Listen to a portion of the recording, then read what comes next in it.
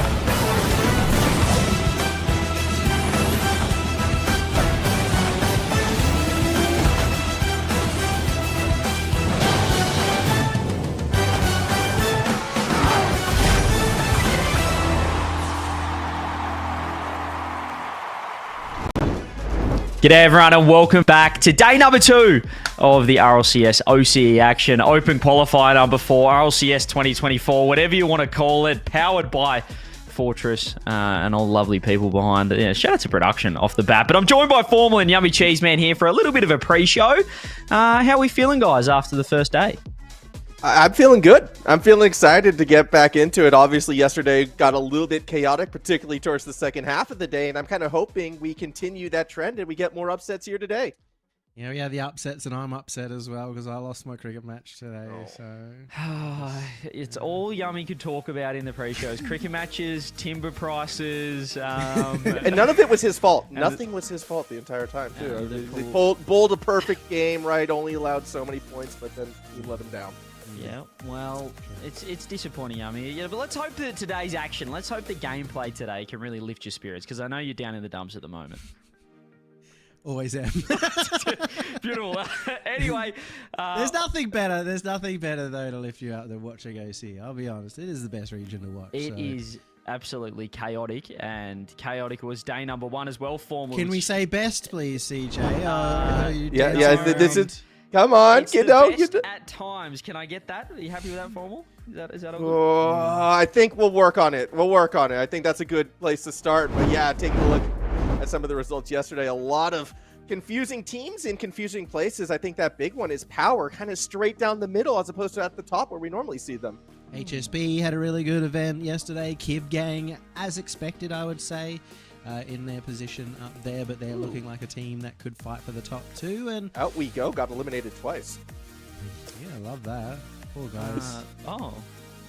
They did too. But interesting. No, but I think it was a funny old day, wasn't it? You know, if you guys weren't there yesterday, pre-show, we were talking about Team Power. They're the number 1 team, their success at the major, or their success at the major. They went pretty well. And how, they've locked it in, number 1 seed. They'll be the team who's going to be the next best, who's the up-and-coming team. But, Yummy, after one day, we really had that blown wide open. True. I don't expect Power to play as bad as they possibly did yesterday. That was just the worst thing I've ever seen. It's as simple as that. So the Fever side flip in particular, I think if you wanted to summarize Power, Fever missed like 20 balls, and Fever's the worst thing is we often talk about Fever as the best player in OC, and at least like a consistent best.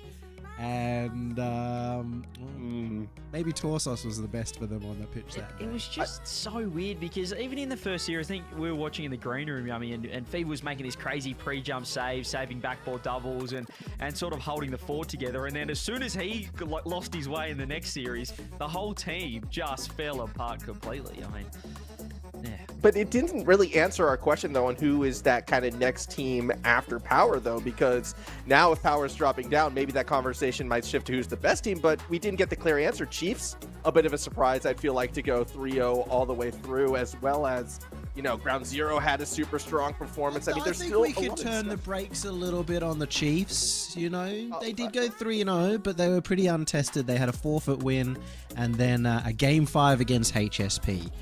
Not the kind of results that would settle them in that top 3 conversation.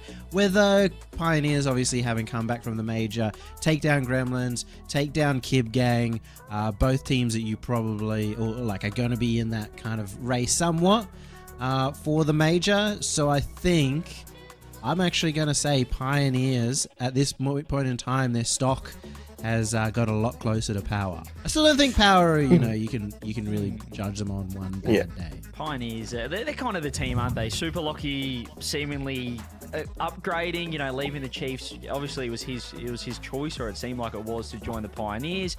Obviously, you're at the major last time, but yeah, it's interesting. I'm kind of with you on the Chiefs. I'm not fully sold. LBP, now I want you to know if this is copium or not, but he felt that they perhaps took them a little bit easy. HSP, and we're trying to hit clips on them and freestyle, and they had to really lock it and slow it down. He said they were playing too fast and too carefree. What are your thoughts on that? I think LBP is high on his own supply of copium there. I mean, come on. Like, you're in the 3rd round, you're there to qualify, you have a chance to be the number 1 seed, and they do manage to secure it, but it ended up being a close race, and only because the other round also went 3-2. Yeah, certainly helped by the forfeit, wasn't it? But playoffs, formal. Top 8, single elim, no more second chances or triple elim. I'm not sure what you were calling the Swiss yesterday, but you refused to call it the Swiss stage. But we're into the single elim now. Yeah, we are into it, and I think this is a good opportunity for the other team that Morgie and I were highlighting at the start of yesterday, Kib Gang, in a fantastic spot. They were also one game potentially away from being in one of the top 2, possibly that number 1 seed. So I think this particular bracket really benefits them, and they could be a surprise team to go all the way. That being said, HSP obviously had a really good start, a really good first showing here. They've got the players, they got Fades, they got Baz, who have this high potential. Misty played really well yesterday.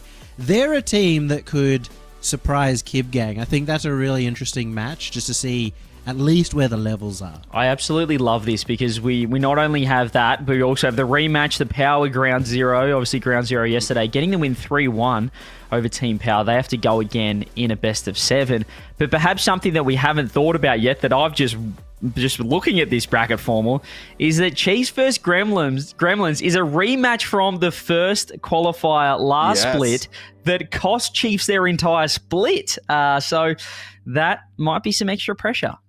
I mean, that's some extra pressure for the org. If you look at the rosters, it was also a rematch of the quarterfinal from the second split, because the Chiefs kind of ate up Kaka's minions. So the Gremlins has experience in kind of winning this sort of matchup. And, you know, the players on that team don't want to kind of give up this position of having this top half of the bracket, where realistically both Power and the Pioneers on the bottom half, they should be thinking we can get to the grand finals, and you don't want to stumble on the first hurdle. It's okay, Formal. We know CJ is purely chief pilled. He's only ever going to refer to the org and not the players on the team. Well, hang on now. Hang on a minute. I'm sick of this. I'm sick of this. Now, Morgie, actually, she's the one we need to be concerned about, because she not only has the Power debuff buff, but she's got the Ground Zero buff. I don't have any buff for the Chiefs at all. Yeah, well, that's true. But I do want to choose debuff. I have a debuff, I think. I have a debuff for anyone that I somewhat follow with my heart. But now I'm fully brain. I'm brain only for this entire split. Yummy, I want to know, looking at this bracket, which side is the stronger side. Initially, I thought bottom half, but top half, Kib Gang, they're looking pretty good too. Well, I'm not. The one thing I'm not worried about is you having too much brain power going on there. Good, thank you. I would say the bottom half, just not because of not because I think all 4 of them are stronger, but I think that the winner will come out of that half. I think it'll either be Power or Pioneers. Whoever wins, maybe Ground Zero. If you come out of that, get the momentum, play well across the weekend, that's where the winner will come from. But I think in terms of average strength, or maybe expectations or closeness of matches, you got the HSP. I'd kind of back them over Fizz 6. I was just about to say, like, if you're looking at the average, is Fizz 6 really dragging down that bot half that hard? Yes. I'm not so sure. Because they've been top 8 before. Again, they were Tiki Taka. They've been able to get those runs. It's not like they don't belong here. No, they certainly. I don't know. I just feel like the Gremlins, obviously the Cobbos. Although Physics did get the top 8 when they were Tiki Taka, I feel like there's more runs on the board. Oh, but then HSP don't really. No, I'm probably with you, Formal. Bottom half definitely stronger. Yeah. I think I'm going bottom half, but I do agree with Yummy. The winner is also more likely to come out of that bottom half. Whoever comes out of that side of the bracket is probably going to be coming in looking and feeling really, really strong at that stage. So I'm here to rep that bottom half all the way. Well, look, there were plenty of upsets yesterday, and there's going to be a lot today with these 4 series. But let's have a quick look at the schedule to see which order these bad boys we played in, because I believe we're kicking it off with the rematch. These are the times, obviously, just quietly. I don't know if that helps anyone, but we are getting stuck on away in 5 minutes. Why does they DABC? Well, forget about it. This is the one we want to look at. Yummy, Power Ground Zero, the rematch from yesterday. First up, obviously Chiefs Gremlins rematch from the first split. There's so much going on here. Kib Gang, HSP, Yummy's team, HSP. His boy Misty. My boy Misty. Your boy Misty. And then Pioneers. I feel like Pioneers... Now, Formula, I did just pump up Physics a little bit, but Pioneers have to have the easiest matchup of these top seeds. Yeah, I think Pioneers are probably feeling the best about their opponent for today. Granted, it gets a lot different when you get to the semifinals, but hey, we saw some pretty crazy upsets yesterday, both from Kib Game and HSP, maybe not from Fizz 6, but if that same sort of magic's in the water, who knows? It's not uncommon for an OCE team to drop the ball, especially on a Saturday. We were seeing in chat as well, a couple of Lumids from Fizz 6, Misstream. They're upset that they're being called the easiest matchup, saying they're underrated. Is that a possibility, Formal? Are we thinking that Fizz 6 have even a chance against Pioneers?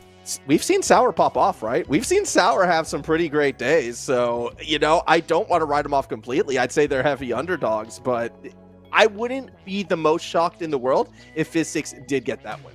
They've never made a top 4. None of the 3 members on that team. Well, look, I think OCE, there's a lot of talk. Everyone wants people to think they're the best team. Go out and do it, Fizz 6. So if they can do it, if they can cause an upset, or even go Game 6, Game 7. Or win the LAN. Go to Worlds. Win the They're whole the thing. team that gets OCE in the top 8. Insane. That would be the story of the decade for Fizz 6. But, we'll see what happens. We can all talk beforehand, and we're very good at talking beforehand. But as I said, there's your 4 series of today. But we have a belter to start it off, looking at our first matchup. It's going to be Power taking on Ground Zero, as I've said about 8 times now. A rematch from yesterday where Ground Zero... Well, I want to say wipe the floor with Power, but Power, they were not hitting the ball. They didn't even touch the floor, honestly, with Power. They were levitating the whole time. They couldn't get to the floor. Formal, talk us through this one. I mean, I'm keen for this one, and I think it was brought up a fair bit on the cast yesterday, but I want to re-emphasize the point. Lunar on the Ground Zero lineup fit in nearly immaculately, and I think was a big catalyst for their success. And one of the crazy things is Lunar has been a mechanical player, but next to Prompt and Laxon, doesn't really need to be. Could play more of that third member facilitating role, and they look so consistent and so strong in that position. I feel like if we see another performance like that out of Lunar again today, Ground Zero is coming in with a real chance. And most importantly, Laxon can really take over a game because we know how great his mechanics is. Prompt as well with that, the potential from his mechanics. But yesterday, they didn't kind of single vision. They didn't mindlessly always go for the double flip reset or whatever, the slower play. They were working it well with each other. They had great passing. They were controlling the field a lot better than we've seen Ground Zero in the past. And I guess you got to give Luna credit for that. You know, he must be, as the new factor, the reason for that. I mean, you know, we asked Morgie, is it a sideways move? Is it an upgrade picking up Luna over Baz? And I'll tell you what, she refused to say it, she didn't want to call it say an that upgrade. Luna was worse, but I tell you what he's done, maybe individually, mechanically, not as strong as Baz, but yeah, he feels like the missing link for this team.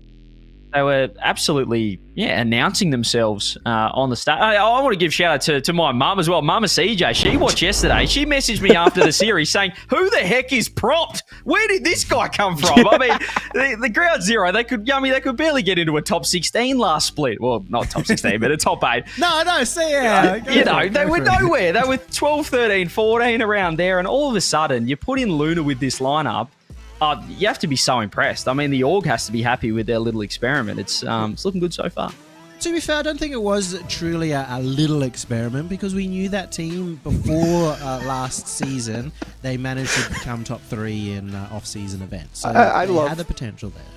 I love production right now. By the way, we're just talking up Ground Zero, how impressed we are, and then our predictions just come in like a wave. Oh yeah, by the way, it's all power here. It's all. Yeah. Yeah, look, we love Ground Zero. You know, I'm not predicting Ground Zero. They've already tweeted in advance that I'm going to trash talk them. But, I mean, it's the classic, they get a win, and we're like, yeah, do it again. So we're all predicting power. I think chat, look, do we have the I haven't asked, do we have the prediction thing working yet? I don't know if we do, but let us know in chat, #power or #GZ, where your allegiances lie. I'd love to know. We're very interactive with chat over on this OCE broadcast. But what's the win condition for power here, Yummy? Hitting a ball? Hitting the ball would be nice. I do maybe have a question for Formal specifically. Would you see if all 3 members of Power could actually hit the ball and play well mechanically and not play well as a team, would they beat Ground Zero playing the way that Ground Zero played yesterday? I don't know if they do, to be quite honest, because I think on a mechanical pound-for-pound level, you have players like Laxon and Prompt that could probably go toe-to-toe. I think, no, Power is going to have to come into this playing a lot more like a team if they're going to win this series.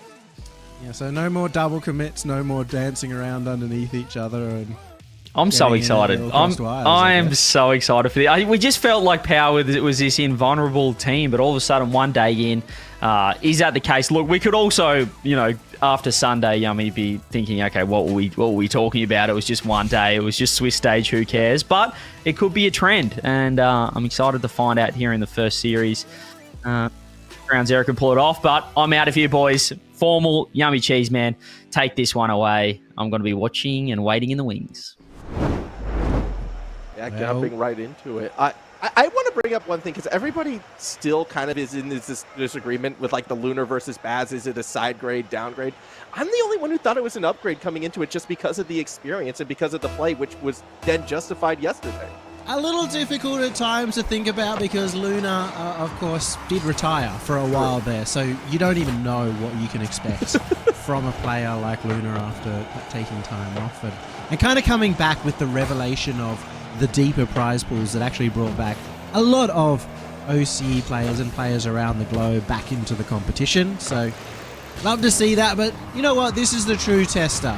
Ground Zero, they managed to take down Power pretty well yesterday, but a lot of us are questioning, was that just a really bad day for Power, given what we saw from them? Or are Ground Zero capable of doing it back-to-back? Are they going to be the new team kind of taking the run towards that major?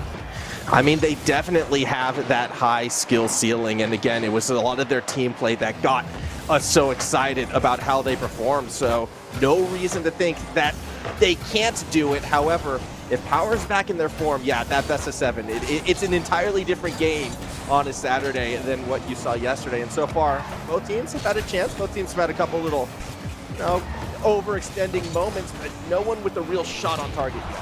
I'm very interested as well to see what Banana Head's going to be doing throughout this series, because a lot of it, and maybe a lot of this setup, seems to be about getting Banana Head to be first on the ball, ignore his teammates completely, and often, maybe not his fault, but often he's the one getting cross-wired with another player on the team, and caused a lot of double commits and maybe even some fake-outs of his own teammates yesterday. So we'll see what's going on. He's already been the first man. He's been playing quite aggressive, as was Torsos. It does pay off for the first goal. Yeah, just a good touch from Fever right here. But what I liked is all three members kind of working together in sync. A little bit of a fake from Torsos, and Fever with the free touch is going to put that through. In regards to your point about Banana Head too, though, I do feel it was as, you know, things fell apart for Power, that sort of Banana Head being a little bit out of position became more and more prominent the further and further behind the team got. I do feel like if Power is in a good place mentally, and if they have that momentum with them, we won't be seeing those kind of mistakes. We've certainly seen Torsos as well play hyper-aggressive. Look at that in terms of aggression. Banana Head dove forward for an aerial demo in front of Fever, I think it was. So really, really aggressive. They're willing to take a lot of risks. And that will pay off if they're capable of solo defending. Torsos, Fever, Banana Head all good at ones and all good in the 1vx defense. But it won't be enough today if they overcommit. Well, and the big thing, too, is Ground Zero has the players in their arsenal that could be a problem in those 1v1 situations. Again, we talk about Laxon's mechanics. I feel like every single season we see him and kind of waiting for it to pay off. Good save by Prompt there, though, showing they can pull off the squishy, too, when need be. Torsos maybe get too close to the ball, too in front of the ball, and it was happening yesterday, too. And just makes it harder to get a good touch. But this time comes from behind. A nice crossfield play out from Fever as well, 50ing it with Luna, who was backwards. And already one big difference I'm noticing in this series compared to sort of what we saw yesterday is, again, Power not being punished as much for their aggressive positioning. They're actually making that contact with the ball, and an end result has been Ground Zero just being given no opportunities to be on their own attacking half. It is the advantage of playing so close and so aggressive. Fever this time displaying that, is that your opponents aren't expecting you to be to the ball so quickly, and if you do make contact, you can really throw a wrench in their plans. As Ground Zero haven't been able to put together a strong plan just yet, they haven't been able to find room for those deadly solo plays, as this beats out too. A little awkward, but it will be cleared out from Torsos. It's fine. It's fine. They had a third member back as well. Just a little bit of a oops moment in the middle of the pitch. But again, I mean, the solo plays haven't been working for Ground Zero. They haven't been able to get it past midfield. Now they're looking at those deep passes, but Power has the speed to rotate back fast enough. Ooh. Really good showing from Power so far. Fever wants to set up. Laxon is there, but again, Banana Head immediately on them. And again, there's just no space being given to the Ground Zero side. Playing so fast, you know, Torsos is even getting closer. Looked like he went for a fake play right there. Maybe just willing to avoid the ball instead of getting a bad touch. And we know bad touches can be far worse than missing it completely. Send off the entire team. Torsos will clear it down. Nice air dribble. They're comfortable holding on this 2-goal lead. Yeah, they really are. And again, I mean, that showed again with how forward they're playing and how aggressive they are. But this is more akin to the Power that I feel like went rampant during the first split this year. They were sort of that only team willing to be this aggressive, at least within the regular top 8 or top 6 teams. So it's good to see that confidence back, at least so far in the first game. Ground Zero, I'm sure, would love a bit of momentum to go into game 2. They're on the attack for what feels like the second time all game long. Lax and slow touch, but Fever's already there. It's really interesting because being hyper-aggressive can often be that kind of high risk, high ceiling, low floor play, but Power have shown, at least in the past split, that they've been able to consistently perform by just putting the pace, putting the pressure on their opponents, and I think that is exactly what you want to do against Ground Zero. They haven't had a single solo play chance throughout this game, maybe one from Luna, but that's not enough, and Power will take game 1. And it's really great to see, too, because CJ was mentioning it a fair bit yesterday as well. When you look at sort of how the international teams play, they all kind of adapt this more aggressive play, and you're never going to get a touch across that midfield for free. You're never going to be able to kind of play that back and forth style Rocket League, which a lot of the OC teams kind of default to. So to see Power kind of adapting that more international meta and to do it this effectively, it is a big reason why we still see them as the favorite here today. I did say it yesterday, though, sometimes, trying to play international doesn't quite fit into the meta of OCE, and maybe that's even possibly what Power forgot a little bit yesterday, because often you can just outpace some of the teams that are more on the rise, that are still maybe not used to, as you said, the international pace. And we'll see, because Power have got a strong start here, but of course a 2-0, some risky plays, and all Ground Zero need to do is maybe capitalize on that one, even kind of let some of the pressure in so that they can get some quicker counterattacks. Yeah, we'll see how they will play this one out. Hopefully our next game will be starting just a few moments to get into this. But I'm going to pose the question to you right now. For Ground Zero, how do you get yourself back into this one? Because, again, they couldn't really find the solo plays. The deep pass plays weren't working. How do they start to fight back? Well, I think realistically you look at game one and you don't sweat it too much. Part of it, as I said, is that if your opponents are playing as fast as they possibly can, often it means that they're going to make touches more directed towards your net, and you can actually wait for some of those touches. But in the end, Rocket League is all about playing slightly faster than your opponent. If you play it way faster, you end up getting bad touches, you end up getting nothing out of a beat, very little. If you can just play a little bit faster, you beat them to the ball, you get a better touch, you get the follow-up as well. And obviously that's something incredibly hard to execute in high-level play, and obviously under the nerves of RLCS as well, to not just go all guns blazing. Yeah, we will see if they're able to find something back in a few moments. As Prompt looks to play it through that corner, has Lunar underneath. They're not able to connect, at least just yet. Lunar's still trying to hold down the corner, but again, Power defense just able to clear past that midfield. Already a little over a minute, and no goal just yet, but Banana Head's proven me completely wrong. The first goal once again, and right now, Ground Zero have left without any on the board for the 3 that Power have scored.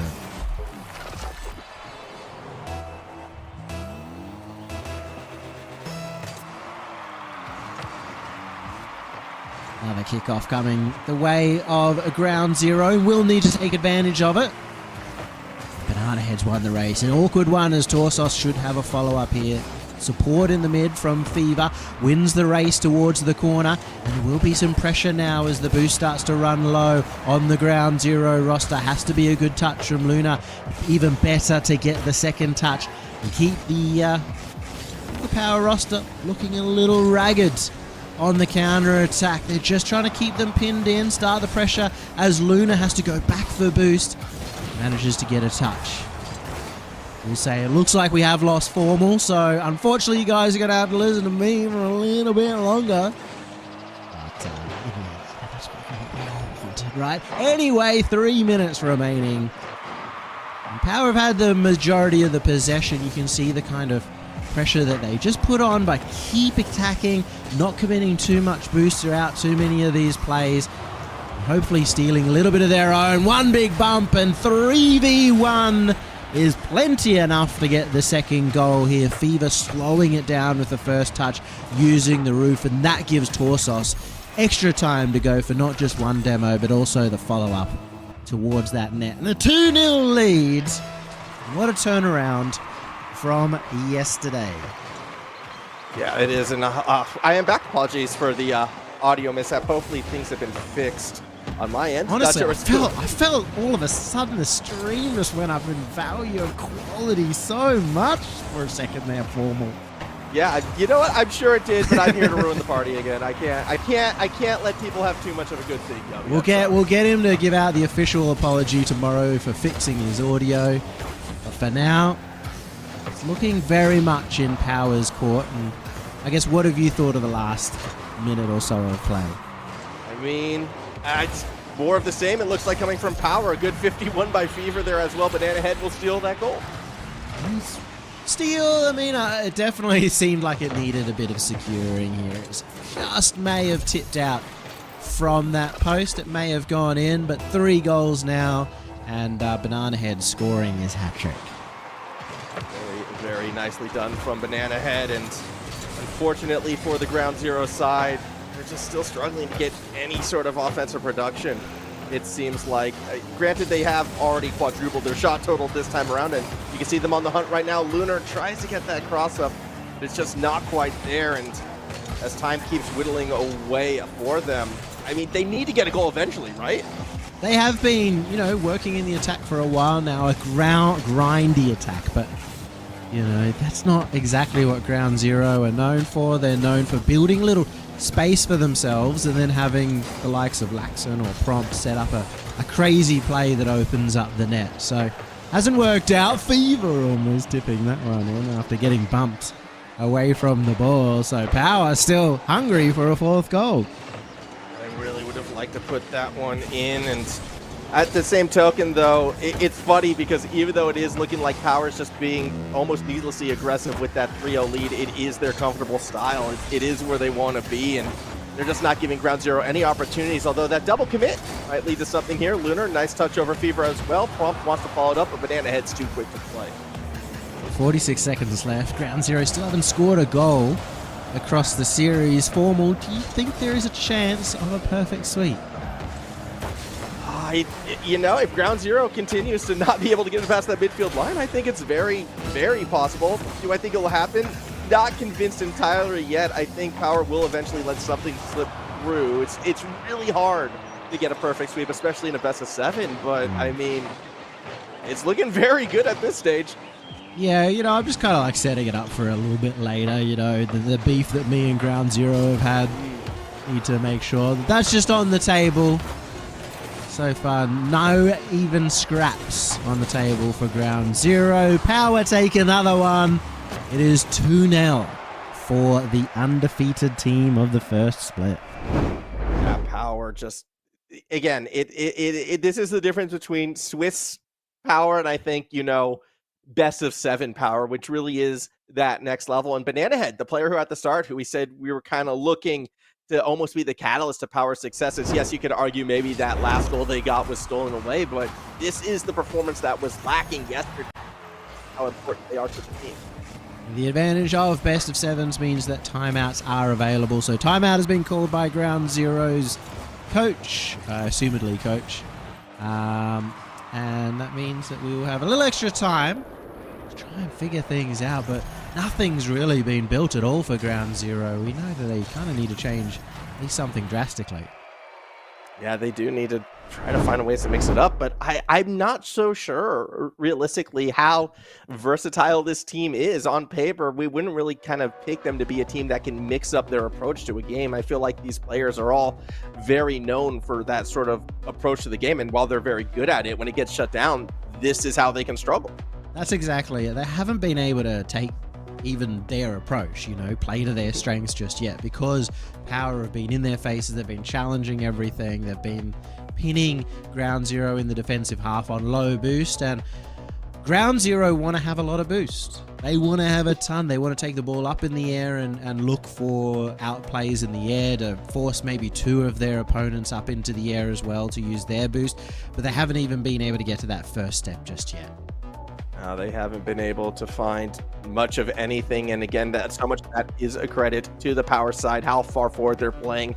Every single one of your own halves, every single one of your own side's full boost is kind of a fight to get to.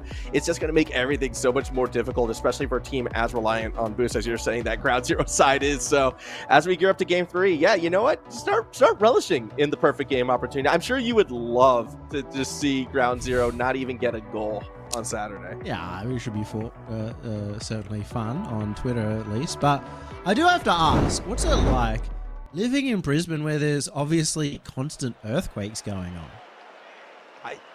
Did we get an earthquake? No, it's just okay, you're always shaking the camera constantly. Yeah. It's more like what's it like living in Brisbane when your desk only has like 3 working legs and any sort of movement just shake things up, right? Look, I'm from California, okay? If things aren't shaking, I'm not comfortable. Good save on the line from Prompt. Look at all members of Power, how far forward they go. They committed everyone.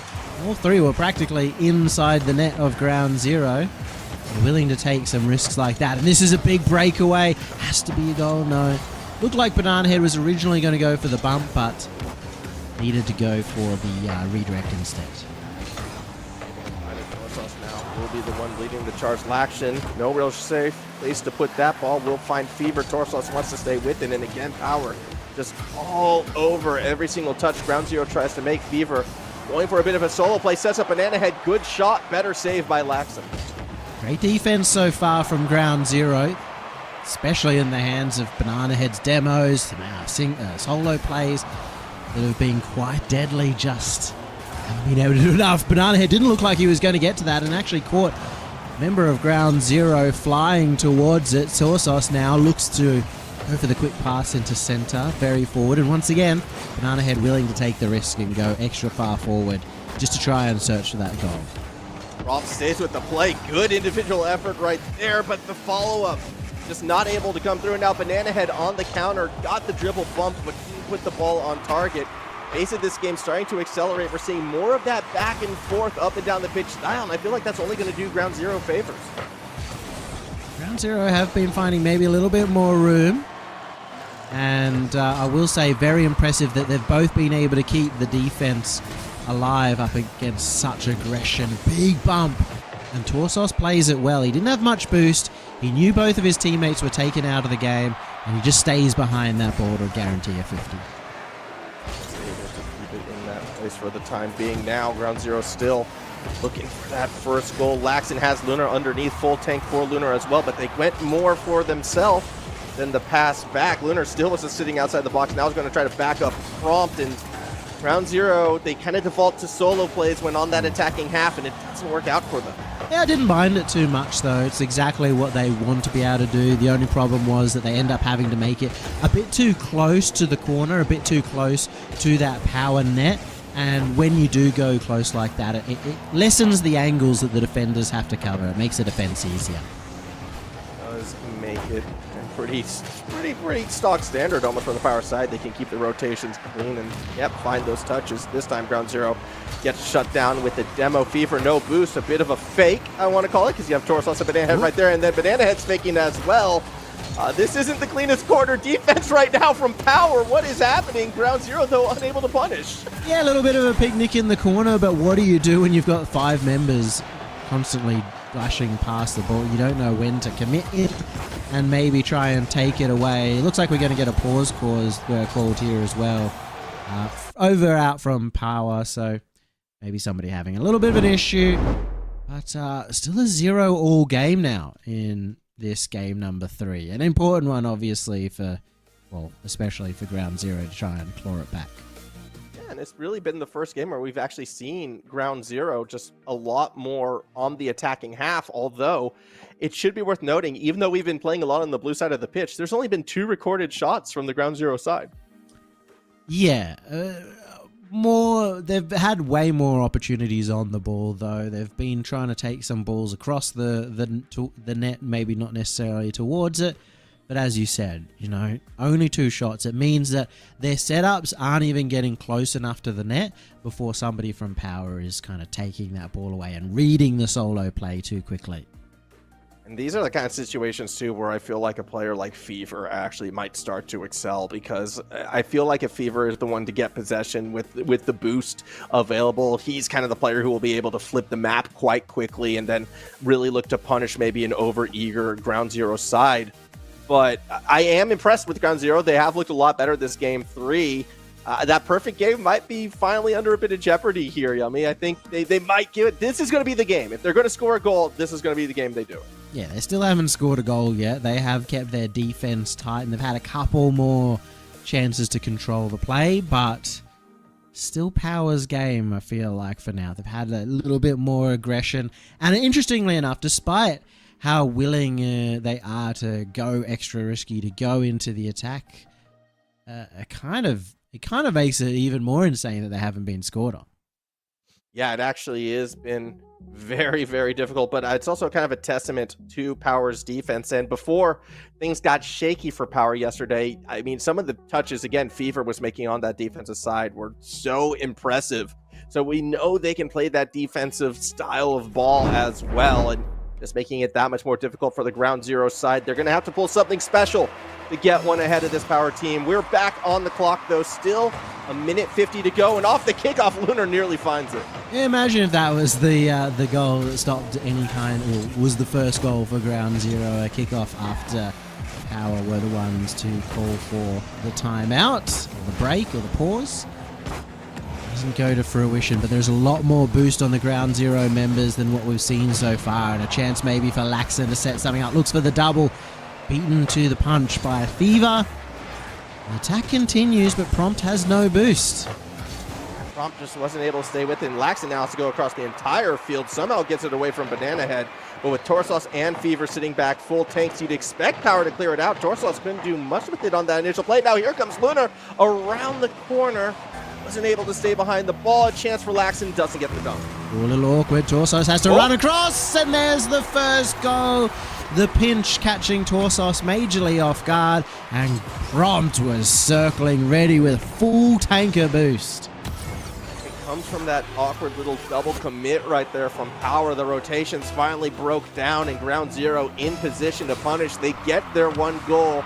Just under a minute remaining. They can make a series out of this yet. Kickoff goes in. Kickoff goal. Almost having on the last one. This time Luna just skirts it past a very aggressive, I mean all three members of Power off the kickoff were right next to that ball.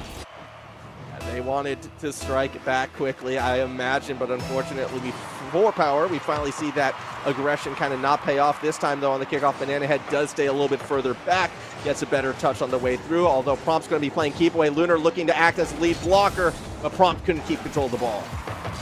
I see a little confidence coming out with a 2-goal lead. Maybe exactly what Ground Zero needs to just gain their solo plays and their outplays throughout the rest of the series, and maybe even take a few more passes across too. Another big save. This time Luna keeping Power at bay, because one goal could have made all the difference given Power's ability on the kickoff is usually pretty strong.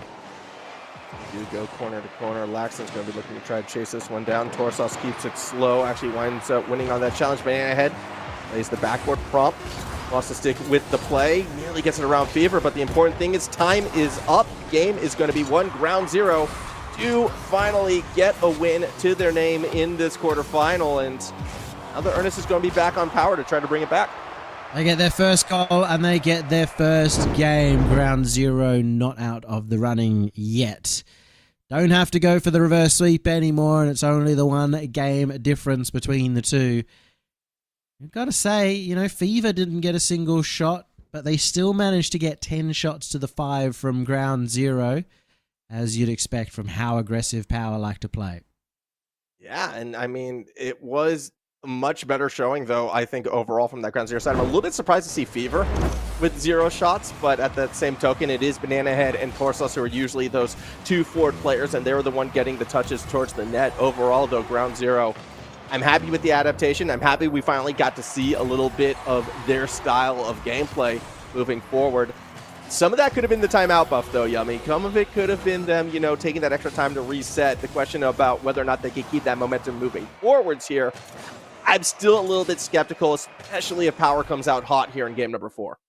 You know, something we still haven't seen yet is maybe those Fever plays. He likes to play third man. After Torsos and Banana Head get nice and aggressive, they open up some maybe space in the pitch for him, and that's when he can really shine. But he hasn't had that yet. Maybe trying to fit more into the team-oriented or the team style of all-out aggression and all-out challenges. But you never know when that switch will get turned on. He doesn't do it all the time. Yeah, it definitely has not been, I guess, the most regular of occurrences still. I'd like to see it. Banana Head versus Lunar. Actually sees the ball go down to Torsos. Prompt, though, will make that save out of the net. Looking try to connect with anyone right now, but the pressure's coming from Fever, who just misses the last touch.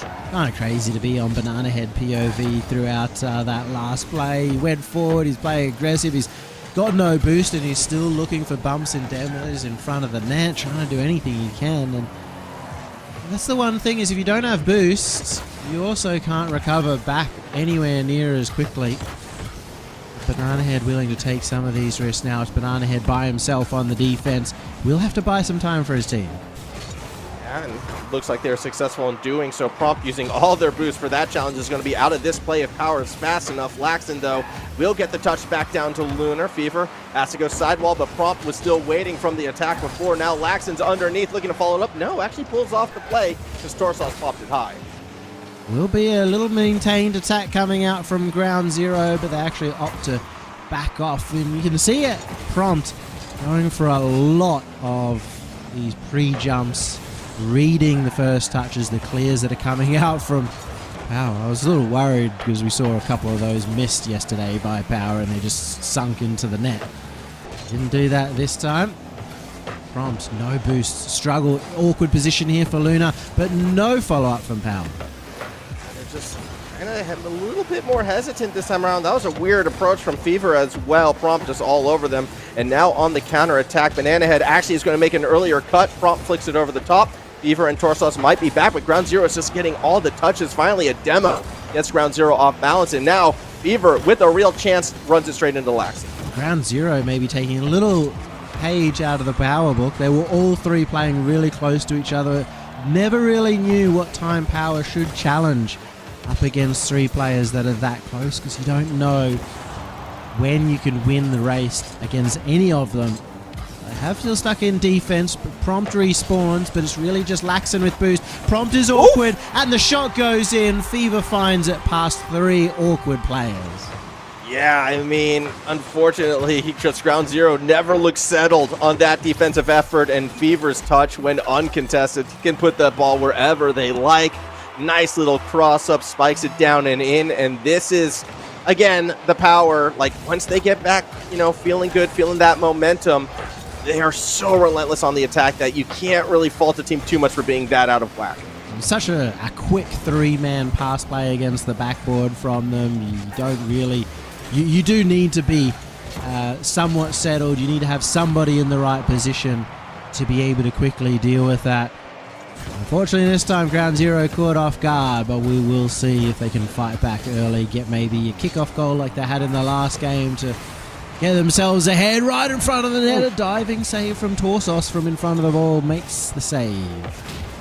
Yeah, as Lunar is now going to try to play off of that sidewall. Has Laxton underneath. Fever's going to be looking to challenge, but it says Laxton down the middle. Torsos wants to find Fever. Instead, it'll be Banana Head with the momentum across the middle. A second goal here might be too much for Ground Zero to handle. Both players looking for the demo. Neither finds it, but Banana Head still gets the shot for the goal. They really didn't expect that, because they sort of knew that Banana Head had just been part of the play, just gone for the demo, and almost expected him that A, he'd either rotate out because of how aggressive he'd already been, or B, would be out of boost. But Banana Head catches them off guard with that turn.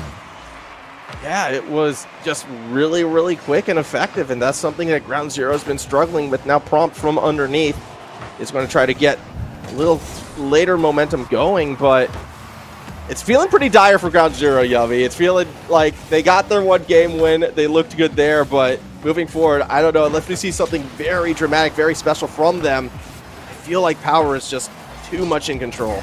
They've certainly just struggled when Power have been able to keep up the pace in the defensive half of Ground Zero, and maybe they need to start challenging a little farther forward.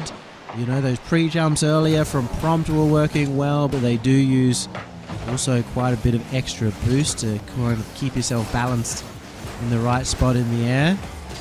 It's also just difficult because you always got constant members of Power diving past the ball, and you don't know if they're doing it to hit it or just to fake you out. I mean, there has been so many fakes, it feels like, from this Power side, and as the series gone, you're just seeing it more and more. Banana Head just gets the free touch across the middle, and if we weren't sure before, we're sure now. 3-0. It's going to be a 3-1 series. Well, Banana Head pre-jumped something else. I think he expected maybe a quick flick up. He'd gone up really early.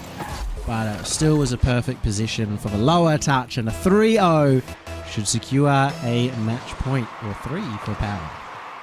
Yeah, and that's going to be a big ask for this Ground Zero side, under the assumption, which I'm going to go with, they're going to hold on for these final 18 seconds. Torsos just killing time, keeping the ball held in the corner, very safe pocket. The play in, Laxton might have a pass down to Prompt, but Banana Head shuts that down. Lunar will try to control the middle of the field. At the end of the day, there is just not enough time here in game number 4. It's going to be a Power win, and they are 1 away from a trip to Super Sunday. Every single game has been a one-sided affair. Now, 3 of those have been for Power, but when they did lose, Power also did not score a single goal. So they've been able to shut each other out. Maybe first goal advantage is also really helping in terms of the confidence. You know, like we saw when Ground Zero got ahead, they started, Prompt started really being a lot more attacking and looking for a lot more solo plays. At the other end, Power pretty much are always aggressive, but maybe just feel like they have a bit more confidence to do so when they are ahead. Yeah, that has been feeling like the case, and I mean, you can't be too surprised either when Power starts playing this well that they would have that confidence. Yesterday, we saw them, I think, well and truly at their worst, where just things were not clicking, but it's good to see, at least so far in the split, that was an anomaly. That's not going to be the regular coming into our second split right now, because I still feel like they should be seen as that sort of raid boss. They still should be seen as that top team. And this is much more the form as to the reason why. Look, you say that, but we still have a few games to go, possibly. You never know when Power will just flick their monitors off. I would hope not. I mean, they still have the timeout buff, even if things do get a little bit weird, so Jibba can kind of get them to switch it back on. They have that in their back pocket, but you are right. It's not over yet. We shouldn't give them their flowers until the day is won. Ground Zero, they'll get their chance to come back, and I'm kind of excited. We're returning to the Aquadome. I don't think we've been here in over a year. Yeah, newly reformed Aquadome, obviously. We haven't had the OCE broadcast, so we haven't had Aquadome either, but fantastic to be on here and see Ground Zero can bring this back in Game 5, or with Power will march on as they have all season long. I just get excited because I remember all of the most chaotic matches seem to happen on this map, and maybe that's what Ground Zero needs. Maybe that's a little bit of the chaos magic that can bring them back into this one. So far, though, a lot of midfield challenges. Ground Zero, the team, looking at a bit more boost, but right on the ball just yet. Fever gets to play up into the corner. I mean, Power have been the agents of chaos. You even see it there with the touch from Fever. Just making sure to get a few extra, make it really weird and awkward, and that's the reason why Ground Zero struggle to get a good long play on the ball, because they never really know where a Power member's about to hit it to. Normally, you can kind of make a guess based on their approach, what's going on, but Power almost always approaching from in front of the ball. Yeah, that seems to be the case. And again, it just comes from the fact that they're always willing to play it so far forward that the challenge is you have to kind of expect it to happen instantly. And then when it doesn't, almost like a jump scare. Case in point, Torsos right there from behind with the challenge. And, well, unfortunately for Prompt, Lunar not quite where they needed to be. Good save from Banana Head as well, keeps the score at 0s. He pre-jumped alongside another teammate as well. Fever tries to pre-jump that one, and Luna slows it down. And that's enough to beat the final defender. I love the demo right there. It forced Fever in a position where they had to reverse pre-jump for any sort of chance at that save. It would have been amazing had they found it, but realistically, there was just too many Ground Zero members swarming the ball, so well done from the GZ side. They're going to get their 1-0 lead, and they hold on to it this time around. Last time they got the first goal, they turned into a win. This time, it's a Torsos equalizer.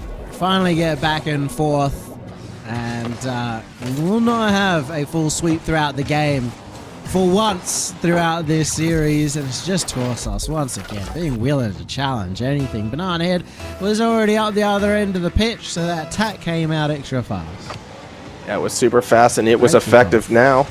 Off the next kickoff, looks to be pretty good for Fever again as well, trying to find any sort of follow-up. Not going to be there this time, but Banana Head, Torsos willing to rotate back. They want to lock down middle of the pitch instead, as that has been A good sort of line of scrimmage for the power side. Banana Head up into Lax and wants to get it around Lunar as well. Will not be able to, yet Ground Zero just unable to clear that ball. Well, Torsos getting chased out by 2 members, but bumped into it. Instead goes the other way, but if Power can get some control of this one, they will have the boost advantage. Luna has to get a good 50 in defense, and Laxon must do a lot here with the boost that he does have. It's nice and cleared down. Fever looks for the solo play. He's been really opting to try and, instead of outplay, go for the 50 underneath. Torsos underneath as well. Will it be finished off? Yes, Torsos does it all himself. I mean, that looked like a triple pitch at the end right there, but realistically, this was just Torsos reminding us all again who he is, and what a beautiful shot. 3 power cars diving towards the ball. Give them that lead. Still half a game to go, but we haven't seen Power concede as soon as they get out in front yet. Far too awkward for the defenders there. Weren't quite sure where the ball was going to go, and they had to react too fast. At the end, they had more time than they expected, but they dove early, and oh my goodness, that's a little bit of fortune. Torsos was jumping off the wall and happens to get the crazy angle here. Oh, that's calculated. He jumped afterwards as well. Calculated, Yummy. Calculated. It was drawn up. It was all planned right there. It's the wily veteran finding another point. You never know. Sometimes you do just try and hit the ball into your teammate and hope that the angles are good. In that case, they were perfect. There's a tight angle. Not much to look at in terms of the net, and that's the 2-goal lead for Power. Yeah, and I think the 2-goal cushion is more than enough, realistically, to put this one away. Ground Zero really going to need to show us something special here, and it's not like they don't have the talent to do it, but I'm waiting for that big pop-off Laxon goal. I'm waiting for Prompt to finish one of these great setups. We just haven't really seen that big mechie play yet from Ground Zero, and it's been a big point that's been lacking from the orange side. You make a great point with that. You know, Laxon yesterday scored some blinders. Prompt was setting it up and impressing CJ's mum. And, you know, they've had a couple of goals, but none of them have been from crazy outplays and the ability to flip reset and outplay people in the air. It's more just been the pressure and sometimes even Power playing too aggressive and being able to turn that around on them. And it goes back to the point that you kind of asked of me at the start of this one, was if Power plays like a team, you know, can they really be slowed down? And the answer to this one is no. Yes, maybe mechanically they can go toe-to-toe with this Ground Zero side, but they've just been working together so well. Another pass back to Torsos to make it 4-1. It's Power running away with it now, and it is that team cohesion that was lacking in this series yesterday. For sure. Still very confusing in the defense for Ground Zero. You do get beaten here. There's Luna. Maybe. Couldn't quite catch up to the ball before Fever could. Not able to find too much there as Torsos now try to find Banana Head off that backboard. Fever wants to stay with it. Lunar loses out. Banana Head not going to commit for this one. I mean, time's just whittling down, and I'm at the stage right now where I want to start looking ahead. So what is going to be the future with this Power? Because very likely chance they're going to be against the Pioneers tomorrow, assuming the Pioneers get that win over Fizz6. If they're playing in this form, Yummy, I feel like they should be seen as the favorites once again. They're certainly a team that are going to make others look rough, you know, if they are able to continually perform like this. But maybe Pioneers will be able to punish some of that over-aggression a little bit more. We'll see exactly how that pans out for them. But, yeah, hard to know. This is the #1 team by default. You can't just, like, look at one Swiss stage and be like, well, this Power roster's done. They are the #1 team. Ground Zero, they managed to take him down yesterday, but could not strike twice. Power go through to the semifinals. Return to reality, perhaps, for this Ground Zero lineup. Going to be kind of frustrating for them, but at that same token, to come out of retirement and hit a top 8, congratulations for Lunar on that. I think that's nothing to be too ashamed of, especially when you go up against a revitalized Power team. I don't know, CJ, what's your take on it all? Yeah, they're back. I mean, there's not too much to talk about, really. Yesterday... 4 goals to Torsos. Well, I mean, I don't. Yeah, look, they're back, Yummy. I know. I don't want to say I was excited by yesterday, but it kind of felt like, oh, hang on a minute. You know, have we blown OCE up? Is it wide open? But just the difference in gameplay today. You know, we saw the power of last split where they're always on. Like there's always someone in. You know, Banana Head, I'll give credit to him as well. He's just such a pest. I don't know if he has followed a rotation once in his life. He's just always willing to sort of get a hand in there to cut rotation. And it felt like Ground Zero just couldn't really get comfortable for the most part of that series because of the pressure. But that's something that Power did so well last split as well in their games, was they were that team that would make you uncomfortable. They were the team that would make the tight cuts and come at you from strange angles and just outpace you. Like, because of that, like they would always have the speed. They're stealing your boost. You're always on the back foot against this team. And I think for a lot of teams within our region, Yummy, when you're on the back foot, they don't really know how to get out of it.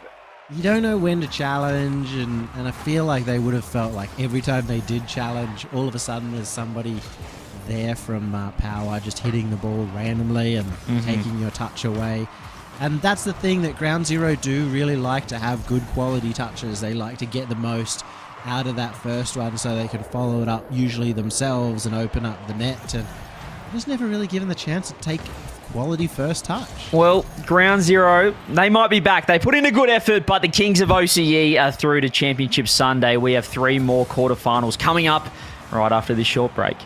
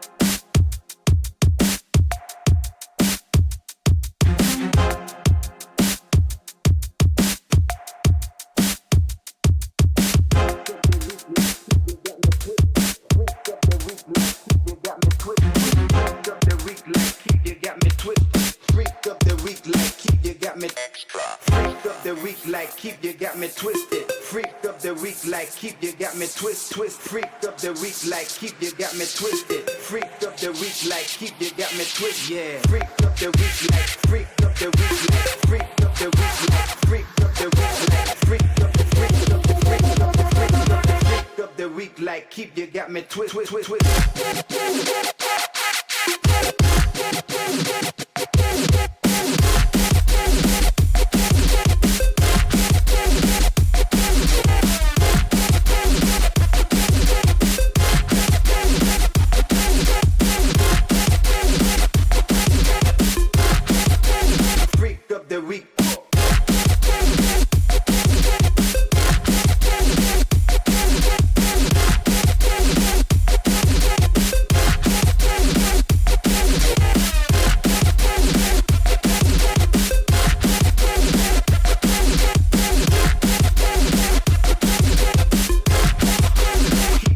Twisted.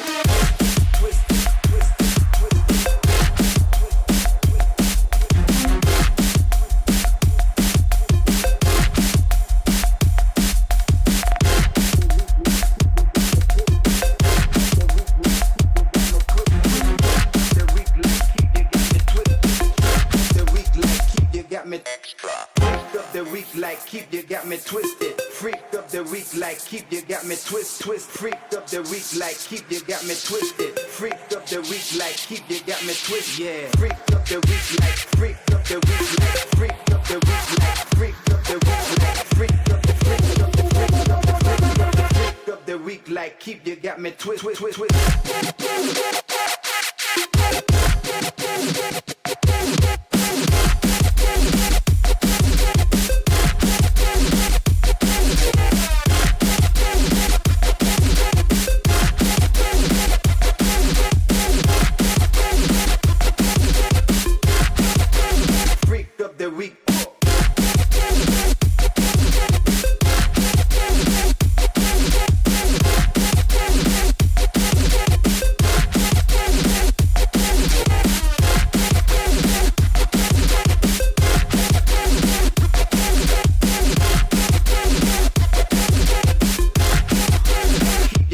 Twisted.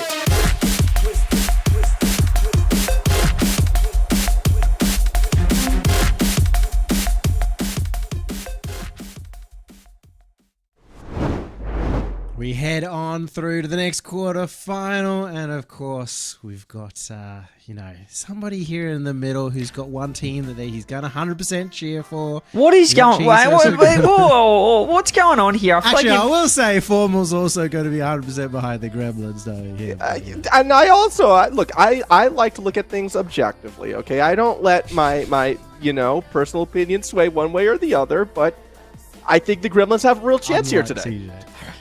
I mean, just because, straight into it. Yeah, I mean, I love it. straight. Okay, yep, straight into perfect. I mean, look, I might have done the Chiefs stream, but yeah, I mean, you've done more team streams. You're a flip flopper, slip stabber, am I Pioneers? Am I Ground Zero? Yeah, because I'm unbiased. I don't care who I do. Whether you get paid by the Chiefs. Well, I think it just shows that money can sling. You can go anyway with it, but I am fully. it doesn't matter. I'm just going with my heart. You're going and with you know your what? Formal wallet. gets the big money from Gremlins as well. Oh, so yeah, if you really so want the proper prediction, it's over here. Look, I think I trust in the Gremlins, all right? I trust in Caleb. We saw hints of what he could do yesterday on that mainstream to start things off. I think that's going to be something that's going to continue coming in today. And if there's anything that the Gremlins have been good at, it's been beating the Chiefs in the quarterfinals. I mean, sort of, yeah. Look, I'm going to just say it. Kind of Chiefs, we don't quite know where they stand. We said this earlier. They didn't have maybe the most difficult run through to get the number one seed. But we look back at last split, Cucker's Minions were a real revelation. They were a team that could have made the major, and you gotta kind of back them for that. Gremlins, they've been on a bit of a downturn. They could have been another team as well. They caused the upset against the Chiefs. They caused the upset against Cucker's Minions. They basically destroyed everybody's LAN hopes and then disappeared out of the bracket. But so far in the qualifiers, they haven't done so well. Yeah, they went to round 5. They, obviously 3-2 out of the Swiss. But, look at the teams they're losing to. They dropped to Pioneers 3-1, and then they lost to Cube Gang. So I give them... lost to Gingy in the qualifiers. Okay, I know that Formal wants to bring up that as well. But listen... I mean, forget about the qualifiers. I'm just talking about Swiss. These guys are pretty consistent for the most part. They kind of just beat the teams below them, apart from Gigi, and lose to the teams above them. So they're consistent. They're just not taking that next step. I guess then, does that mean that Chiefs are above them or below them? Well, that's a great question. Well, this is a completely new roster, so now it's hard to say. But obviously, there's a lot on the line for them. Hunter and LBP will have flashbacks from last split where they couldn't afford to lose in the quarterfinals, and they lost to this team. Yeah, I know. They got so close. Granted, that was that second split. It was the second regional, not the third regional. And I do believe, come that third regional, they did make it a little bit further than the Gremlins. So it's not as if this team should be seen as the underdog in the matchup. The Gremlins are a weird one to me as well, because I feel like it got 2 out of 3 top 4s last split, but I don't think a lot of people would kind of peg them to still be like a top 4 team right now, especially with some of the performances that we've seen from these other squads. So I feel like, the Chiefs really should actually be the favorites, even though I'm taking the Gremlins to win. Yeah, he's done it again, Yummy. Gremlins kind of sit at he's done it again. 5 for me. What? He's done the fence sitting thing again, Yummy. He's going, I'm going to predict Gremlins, but Chiefs should be the favourites. They should win this, but I'm going to go Gremlins. I love everybody, he's done it again, Yummy. Hey, it's disappointing, How many years has he been doing this? It's called predicting an upset, and I'm standing by it. My point that I was trying to get to is, even though the Chiefs are seen as the favorites, more respect should be put on the Gremlins, and now they're going to win it, and they're going to earn that. All right, 3 out of 4 top 4s through 4 regionals. Okay, well, what's the score going to be then? If you're so confident in these Gremlins, 4-3. It's always 4-3. They always do it in the game 7.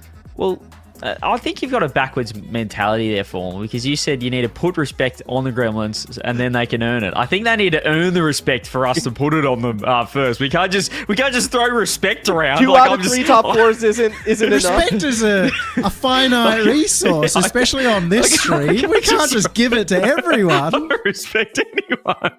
Yeah, I will be the. All right, I couldn't even respect power after I don't yesterday. even respect myself, let alone giving it to the Gremlins.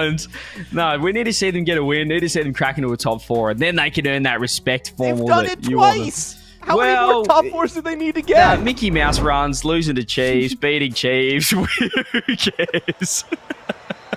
Let's get into it. Chiefs vs Gremlins, quarterfinal number 2 of the day, best of 7 formal. I'm looking forward to this one, actually. I think Chiefs, we haven't really, they went to game 5 in that third round of the Swiss, but they had a forfeit. They only played 2 series. I'm looking forward to seeing them in a best of 7. Yeah, I'm looking forward to seeing it as well, because if you go back to last split, it was in these best of 7s where they really did shine, as a good little fake by Vortex right there almost opened something up.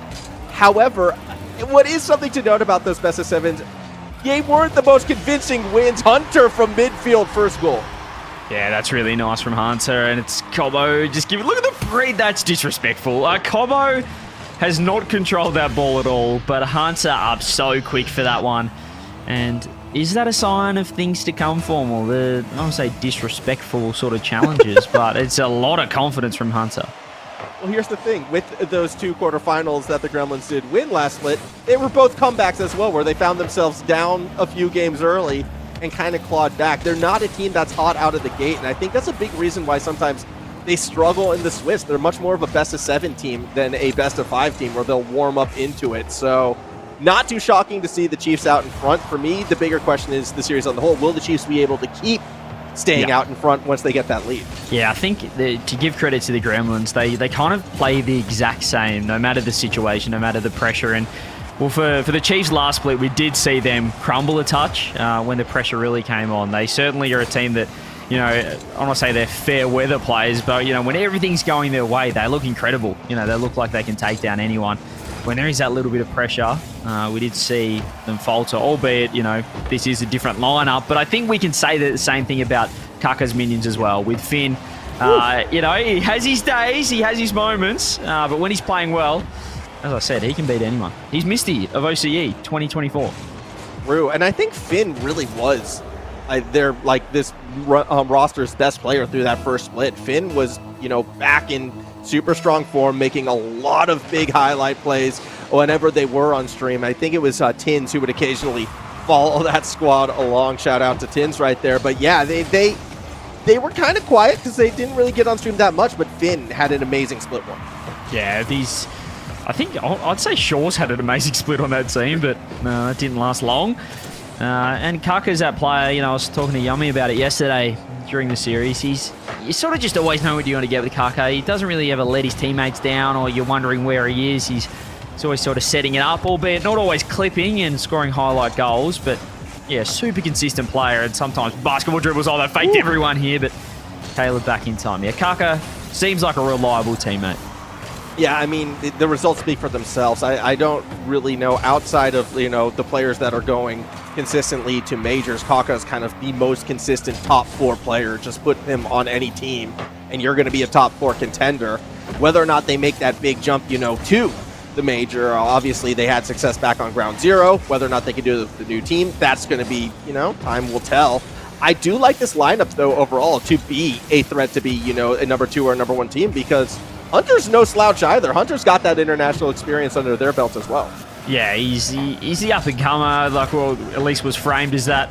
Nowadays, I guess he's one of the most experienced in OCE. But, again, it's another, I guess, power duo in OCE. We look at, I guess, Luna and what he's bringing over on Ground Zero. It's similar, well, it's sort of a different situation here. You've got Finn and Kaka, and they haven't exactly gone for the experienced veteran. They've gone for more mechanics than I guess you would have experienced with Shaw's. It's going to be interesting to see how they sort of shape up, and, you know, what's the team dynamic like on this new Chiefs lineup. I'm proud of you, CJ. You actually do have respect for these players. I can hear it in your voice. I can hear it all coming out. There we go. It's just deep down in there. Yeah, just, you know, you got to treat him. You know, I don't know. They earn their respect. OCE, I think, for a lot of the time. And, you know, this could be a podcast discussion for, but I feel like we're almost too concerned sometimes as a region of what others think about us, rather than actually just going out and getting the results. You know, especially even as players, we're all looking at the ranking streams and power rankings and whatnot, rather than just winning the tournament, which is really the only thing that matters at the end of the day. And Chiefs, well, they're trying to take out this first regional if they can get through this quarterfinal. Yeah, I mean, that was pretty good. A little bit sloppy on that defensive side. A couple defenders committing early off the backboard sets of Kaka to put it in. And I do somewhat agree with you. And I think if there's any team, you probably know more than I would in this regards, but if there's any team that kind of does look above that and is more focused on that overall goal, it would have been Power. And I think that's a big reason why they get that success. Yeah, 100%. They're looking further. They're looking, you know, a lot further than just being the best team in the region. And I mean, how many times do you get this? Oh, this is another goal, surely. Great save from Cobo. You know, how many times do we get an OCE team formal qualifying for an event, and that's kind of that's the grand final, that's the end goal, and, you know, they forget about, you know, you feel like the job's only just beginning once you get international. But I think for a lot of it in OCE, we kind of beat each other up a little bit, I feel like, I don't know. We're more focused on getting to the event rather than performing well at the event, which I think we need to change that. Ooh, Vortex had a chance, not able to hit it there. But I do kind of agree with you in an extent, but I think a big reason why is because of how top-heavy, arguably, this region has become, where it's like making it to the top 4 for a lot of these players is that big deal. Shot from Kaka's not in. Cabo somehow pushes it off the post and out. Probably should have been a goal in the end, though. We're in our final 15 seconds, so it's not going to be too much here. Chiefs will get the Game 1 win, but I don't know. I think things would be a little bit more different if we had more slots at Worlds, but because, you know, we have to earn those slots, I'm not saying we deserve them yet. I can see why that mentality kind of comes into play. Yeah, it's interesting, but we'll see. Obviously, Team Power looking really good internationally. Can Chiefs be a team if they can make it to a major? Perhaps a bit of a culmination of, you know, I guess the 2, 3, 4 ranked teams, Kaka's Minions and Old Chiefs forming. It's interesting to see. It's a great start from them, however, game number 1. It was cruise control. We didn't really have to talk too much about the game there, Formal, because it was just a Chiefs domination. Total pressure, and really, Gremlins struggling to get out of defense. Yeah, no, it's been pretty strong showing from the Chiefs right out the gate. Super impressed with Kaka in particular, how they're playing the middle of the pitch. Got a lot of good aggressive touches, and they've just felt like the faster team. And the few opportunities that the Gremlins had, I don't like calling out players. Vortex, you know, couple times, a couple swings and misses in key moments. Going to have to try to flip that around. And I want to see more of that Mechie Caleb that we saw yesterday that really enabled the Gremlins to make those plays. And we automatically get a timeout as well. Game 1. It did not take long for Gremlins to say, hey, this is not going well. Perhaps an indication, as we said, as how dominant that game 1 was for the Chiefs. Gremlins clearly thinking we cannot run it back the same way there. We had nothing. And I just think, yeah, the Chiefs, it sort of started, Hunter set the tone. I'm all about setting the tone, and Hunter set the tone with that disrespectful pre-jump in game number 1. And ever since then, I felt like Gremlins were a little bit rattled. They were shocked. They couldn't really keep their feet or, you know, get warmed up into that game. Leave it to the youngest one on the pitch to make the disrespectful play, right? These kids these days, no respect to proper setups, but I mean, that's kind of the attitude that you need to have. Look at how, you know, Power has played. Look at, again, how those international teams have played. And if you want to take it to the next level, I do want to see more of that. That first goal, we kind of catch it again on the replay. Hunter so fast to it. And yeah, the Gremlins just had no answer the entire match. Yeah, they just were stuck in net. They were flailing. You saw double commits, triple commits. And they were basically jumping up and down like a pogo stick. There's the fakes coming through. Have a look at that on the replay. The super zoom, if you don't mind. And yeah, it was a lot of this, just goal line, double commits, trying to get it out. But in the end, there's just nothing happening down the other end. And that's definitely not the type of Rocket League the Gremlins like playing. They like to be, you know, a lot more possessive of the ball, particularly in that middle of the field, so they can set up some of those plays. And oh, everyone's faking to start off this next game. Hunter's shot goes high. Cabo and Caleb fake it again. A little bit of a wacky start here for game number 2. Morgie yesterday was calling for the kickoff strats. What are they doing in OCE? Well, we either don't do them or everyone does them. The fakes coming out, absolute chaos. But that's kind of at least it's a start to show that timeout Gremlins were talking about it. You know, how do we want to come out in this series? How do we want to approach it? Or at least the next game? And they conjured up a little bit of a strategy. Unfortunately, Chiefs had similar ideas. A big bump from Hunter will open the door for Kaka as well. So the first goal goes to the Chiefs' side. Yeah, it's just the fake coming through again. It's just the spacing that Hunter is allowing. You saw it in game 1. It was the pre-jump dunks. This time, faking the touch and then just looking for bumps, causing just so much, I guess, just causing Gremlins to back off and sit in net. All that space means that Kaka can walk right through. Chiefs, they're looking really good right now. They are, but Vortex with a chance here beats out Kaka, but couldn't put it straight on. And that was the best looking opportunity we've seen from the Gremlins yet. Vortex not able to put it in. Fortunately, can rotate back to stop in. Hunter now will go for a slow play, has the reset. Caleb takes it away. Yeah, Kaka tries to get the touch. Little challenge coming up, Vort. It's a nice beat and what they sort of need more of here, Gremlins. 50s, challenges, midfield game turning on. Cobo can't quite get the second. Hunter underneath. Caleb beaten. Vort just goes for the 50, fin up straight away. The speed, everyone on Gremlins is somewhat up in the air right now. Hunter, no boost, just throws it forward. Gremlins seemingly winning a bit more control in this game than what we saw in game number 1. And now they have a chance with Vortex here. Shot will go straight through. Finally, they get the setup, and the trigger was pulled. Vortex has been waiting for that goal all series. Oh, Kaka just pogoed and just sat on top. He Goomba stomped Finn, stopping the clear from happening. I was wondering what happened there. It was just a free infield. All of a sudden, Cobo got a weird touch at to goal, but a little bit of a team collision, team bump there from the Chiefs. And a nice little moment, maybe a confidence booster here for the Gremlins. Yeah, one that they needed as well, so good signs coming from the Gremlins. Again, they're going to be on that attacking corner, although possession's going to go right back over to Hunter. Finn with the more centering play gets that next touch. Now you'd expect Kaka to be there, but unfortunately for the blue side, it's all Cabo bringing it back to the opposite end of the pitch. Awkward clear. Finn was there to help out Kaka, and just not quite getting the passes back they need. More space for Vort here. Can't get the dunk. Hunter again having to parry to the corner, and Colvo just having to push up, stealing some boost. I like this from the Gremlins. A nice pinch as well. Hunter is finding that back corner his best friend. He's done really well to get that one out of danger. Caleb backing off as well. A bit more of a stalemate here in this game number 2. Is there a more improved player over the past year and a half than Hunter has been in OCE? Oh, when did he start getting good? Is that a year and a half ago? I mean, because I'm thinking back to like what he looked like back on the Lake Show, right, where we saw the hints of it, but it was never coming together. Then comparing that to what we're seeing now from Hunter, I feel like he has kind of become a player who can be in the discussion for like a top 5 in terms of performance on a good day. Yeah, he's a top player in the region. I remember back on Lake Show when we play him, I didn't understand the hype. I knew it was this kid coming through back with Mock and Siki, but we certainly saw that when he was on Pioneers and moving his way through different teams in OCE. Certainly a superstar player now, and as you said, on his day, really take it up. Or mix it with the best in OCE at least, and if not the world.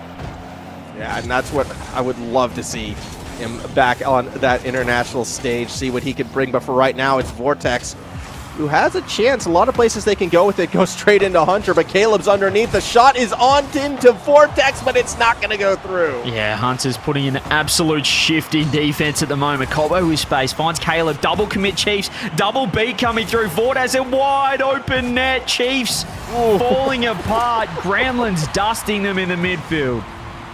Oh, just too much speed from Caleb on that first touch, and it just left the door wide open for Vortex. They hit the hardest shot in Rocket League, straight down the middle, and it's a 2-1 lead. Straight down the ideal Little, and Gremlins, the timeout buff. Well, is it confirmed just yet? They're looking good for now. Minute 15 on the clock, have the 1-goal lead. Kaka dunked out, Colbo free shot. Where's the placement? It's too high, no follow-up either. Gremlins looking to back off. Demo's come through. Vort able to cover off. Caleb just getting removed from the pitch momentarily. Hunter keeping pressure on Caleb underneath, and it's another massive overcommit from the Chiefs. There was still a minute left. They threw everything at it. Gremlins get another. It was such a fortunate respawn for Caleb there. They just kind of reappeared after the demo right under the ball, grabbed the boost, and then all he had to do was drive straight. Sometimes just fortune is in your favor, and in that situation, really well done for the Gremlins. 3-1 lead, a minute to go.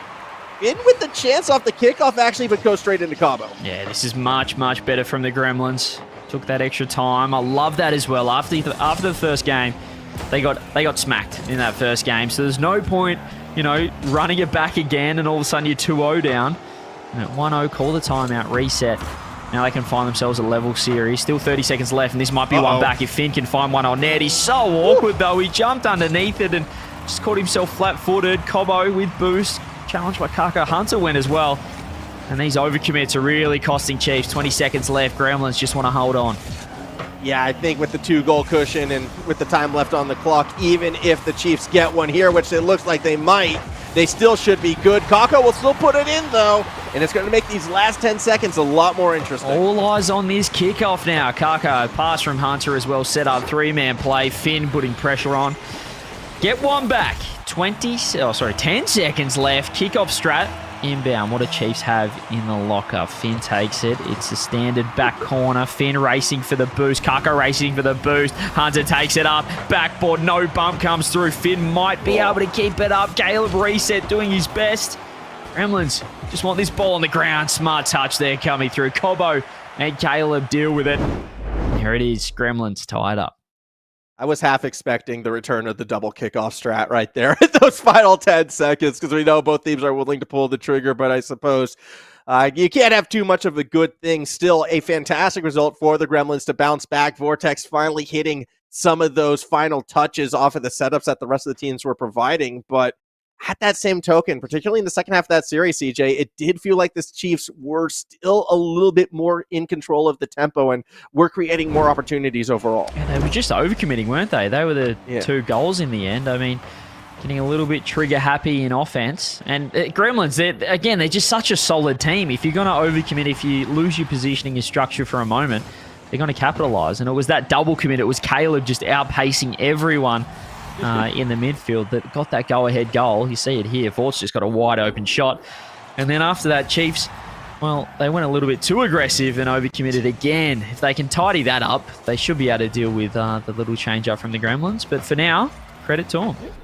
How big brain would it have been if the Chiefs then all of a sudden just immediately called their timeout, so we get both timeouts out of the way after the first 2 games? Just straight fighting for that initial momentum. I think that could have been a call, actually, from the Chiefs, especially if, they still aren't in an overcommitting state of mind here coming into game number 3. Yeah, it wouldn't be the worst call, but again, if they do drop this one, they are only 1 game down. It's not the 2-0 that Gremlins were potentially facing. So, it's...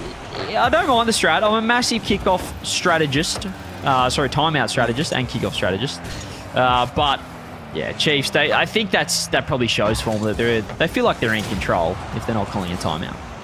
I'm actually kind of curious. I'm going to appeal to you as the ex-pro player. How many kickoff strats should a team realistically have? Because I think it'd be cool if they had 5 or 6 ready to go. Back in the day, it was kind of like just different variations of fakes, and then you got your back corners and kind of just trying to stop the ball dead on the spot for a close cheat, but.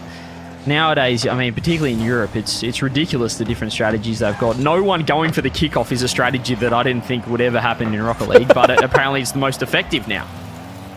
Yeah, there you go. Again, just what happens when both teams pull that off. Well, you kind of get what happens at the start of that last game, but for here, it's Kaka putting shots on straight into Caleb. Hunter be there to collect. Johnny Boy must be happy with all the kickoff strats these days. He absolutely loves it, and he loves that everyone mentions him anytime a kickoff occurs as Chiefs.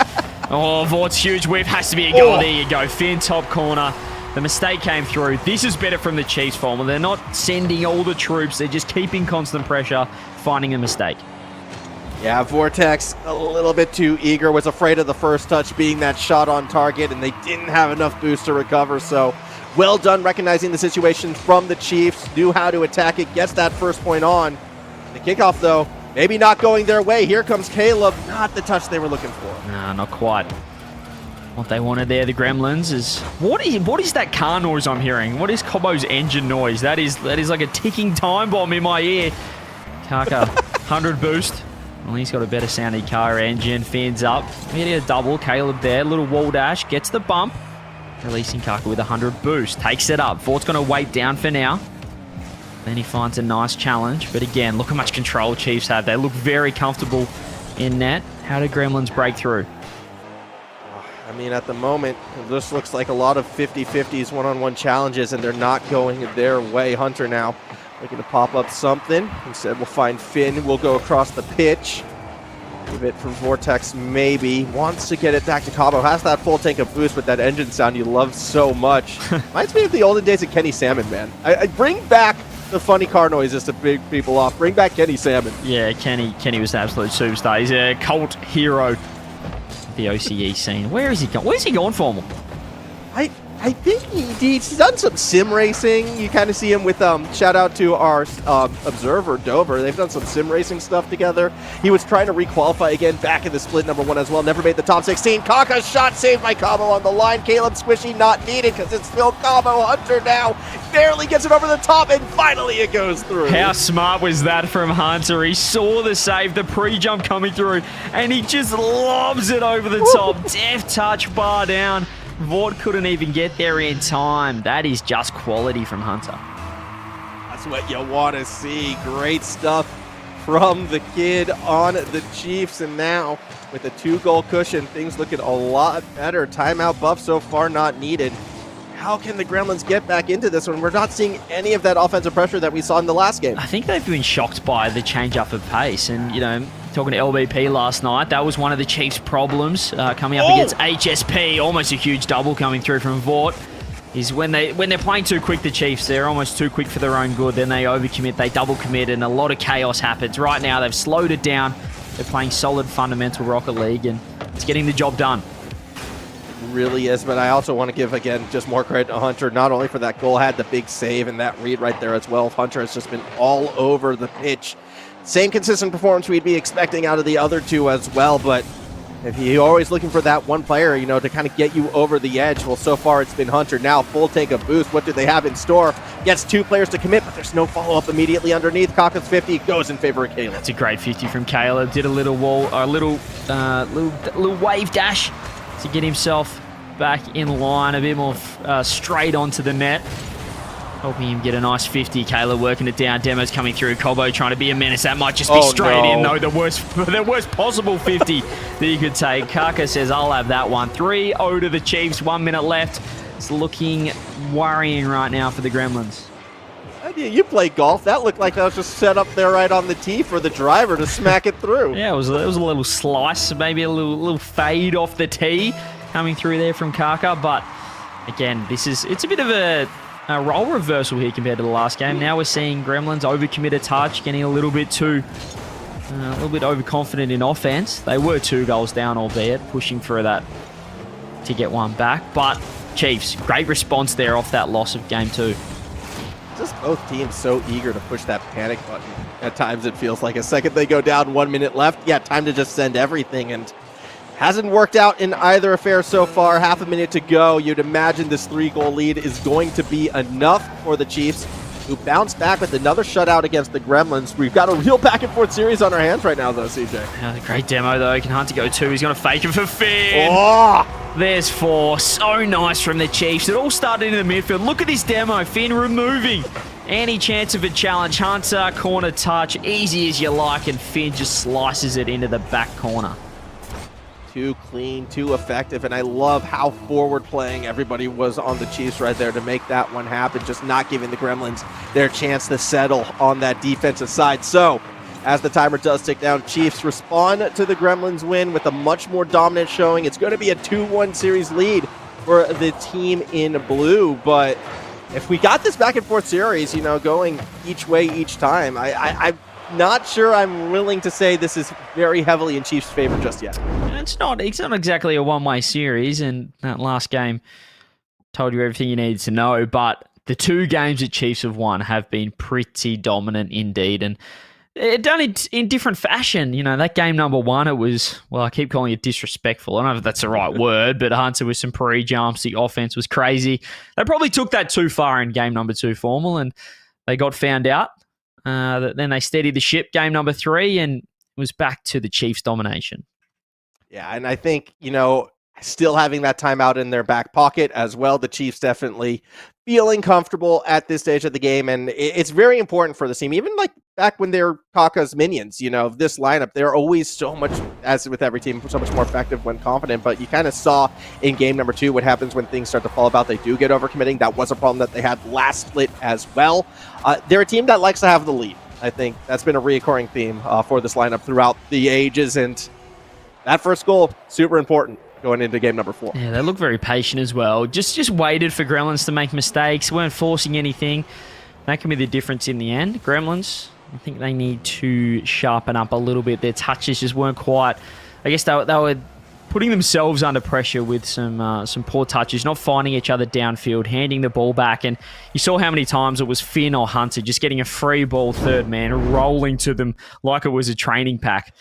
So definitely they need to take out a leaf out of Chiefs' book of just hitting the ball into spaces that make Chiefs awkward. Even if they can't find a teammate, you know, it's using the space on the pitch, hitting it where they're not, to give themselves time to just set up some offense. So we'll see if the Gremlins are going to be able to slow it down like you're suggesting. Historically, not really been their strong suit, but if sometimes you need to adjust, and that's something that I want to see from more of these sort of E+, A- tier OCE teams, is that ability to adjust. This is looking good. Caleb versus Kaka, and it's Kaka who wins out. Kaga just staunching here, and another touch coming through. Early pressure. It's nice to see from the Gremlins. Vort, that's a huge beat as well. That midfield game was huge in game 2 when they did get the win. It was Caleb outpacing. He's just completely whiffed off the pass. I'm not sure if he thought someone was there. He thought the save was coming through. No one was there, Caleb. He couldn't quite get the touch. Another 50. More pressure from the Gremlins, but wow, that could have been a real live chance. Yeah, that's going to be a little bit frustrating if they ever go back to the replay there. You're not going to get many opportunities like that in this series. Vortex now light touch. Cabo pops it up. Caleb has the full tank of boost. Doesn't get fooled by the fake from Kaka. Was able to rotate around, yet Hunter is just too quick. Shots on, it's high. Just couldn't quite get that one to work. Counter attack. No, nobody there. Caleb so hesitant to get through. He's got no moon. He's got an empty moon, but he's still trying to work the ball forward. Finn, half moon, gets the ball. Just with a 50. Vord keeping the pressure on for the Gremlins. The bumps are coming through. Cobo's found one. Shot on, saved by Finn. Follow up, bang. Caleb opens it up in game number 4. Caleb just had to play the patient game here because Cabo, after that bump, gave the Gremlins so much time to both set it up and pop it in. Really well done. Some of that aggression coming through, and now we get to see what happens when the Chiefs fall behind. Do they resort to sort of that panicked approach that we saw in game number 2, or will they have the wherewithal to stay calm, stick to their own game plan, and wait for the opportunity to show itself? You said it perfectly. It's a great test for the Chiefs. They can stick to what they know, stick to what worked in the previous games. There's a nice beat. Nobody following. As Finn's just trying to keep that ball in, keep some pressure on, doesn't find a bump or the ball. Vortex just carries this one out. Chiefs sitting back, waiting for a free touch. Hunter controlling, keeping it close. Chiefs now. Again, it's a bit of a chess match at the moment. Both teams trying to figure each other out, if you would. People don't like that term, but Gremlins this time formal. They've got a bit of space in defense at least. They do have boost to work with to get it out.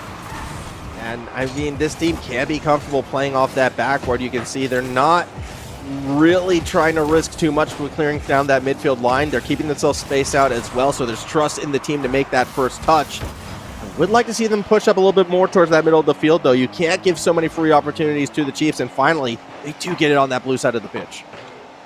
Finn now faking that one out for Kaka. Just puts it on. That touch, not sure if it helped Caleb, but he's able to deal with it. No boost.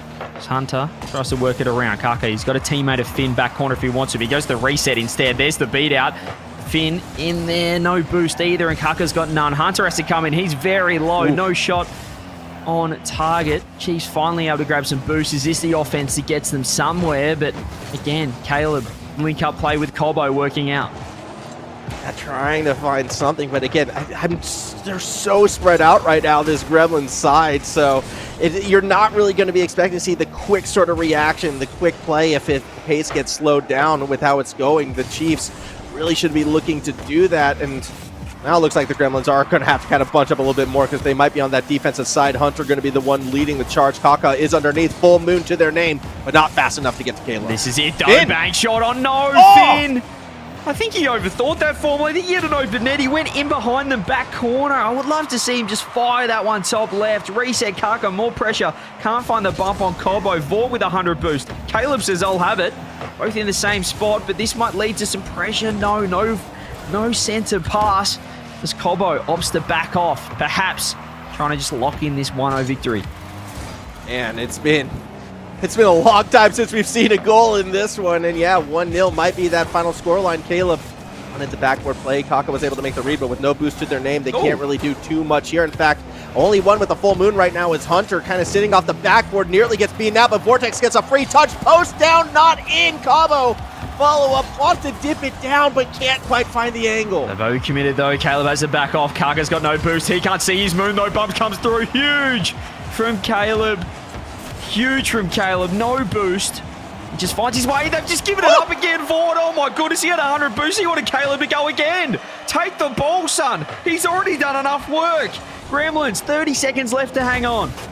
I think that might have been the last realistic chance from the Chiefs here. Caleb now a chance to put it away. Uses everything, but can't get that last touchdown. 20 seconds to go, midfield demo. It's a double demo. Caleb and Vortex diving. Kaka puts it in, and we're tied with 17. Clutch Kaka takes it upstairs, gets the air dribble bump over Vort as well. Hunter looking for demos, did find Caleb. And it's a bar down equalizer when they needed it most. Now, next goal, regulation or overtime, probably is going to win this one. No fancy kickoff strats just yet. Instead, it's a solid touch from Hunter straight into Vortex. Kaka shuts down midfield. Hunter, next one forward, but it's Finn with the full tank of boost. Not going to get a chance to use it. Well placed by Caleb. Oh, this would be devastating if they lose this in regulation. Ball still up. Do they want to get it down? Hunter wants this one up. Off the wall, wins the 50. Vort trying to kill it. Hunter almost rolls that one up the wall. We get overtime. Chiefs, well, they were 17 seconds away from being 2-2 in this series. Can they steal this and get a 2-game lead? They're going to hunt for it. Cabo leading the charge in this OT. Vortex and Caleb, full tanks of boost, middle of the field. Vortex goes for the challenge, but the 50 is won by the Chiefs. Finn should be able to get underneath this here, wants to center it, but there's no one there to throw it to. Kaka instead is going to play from the side. Now Hunter presses forward. Watch out for this member unless Kaka goes solo. Nearly found the top crossbar to put it in. Yeah, they're lacking a little bit of communication now, Gremlins. We saw some touches where they expected Chiefs to be there, but no one was in the vicinity. They're handing them the ball. Here it is again. Hunter's got a free touch. He's got 100 boost, and he's taking it straight to the backboard. He tries to find Cobo. Clutch play there from Cobo. Finn's missed. Is this going to be the goal? Shot on. Finn with the save. Top corner. Fort's been bumped on the follow. Oh, how does Caleb miss Finn right there? They had it lined up, but somehow the one defender wins out in the 2v1 Finn. Big time moment. Might have to do it again, though. Gremlin still hunting. Double commit by the defense. Caleb can only slow it down, and Hunter's already there. Wants to get it centered. Cabo gets there first. Kaka, good touch to the middle. Vort, no boost, no matter. Puts it towards the backboard, and again, Hunter will collect. He's controlling. It's not the most comfortable Chiefs defense, but they are able to work it out. As Finn, pre-flip, huge challenge, no boost. Caleb keeping that ball forward. Both sides looking a little bit reluctant to get in there. Hunter now, side wall. Oh, nice little catch. Ooh. Caleb, no boost. This one Vort with 100. Full moon now for Caleb. He's landed on it, but Kaga's pre-jump. Kaga, can he land on it? Get it center. He's missed, but he's found a huge bump. Shot comes through. No Cobo there in time, and Finn perhaps could have got that one on net.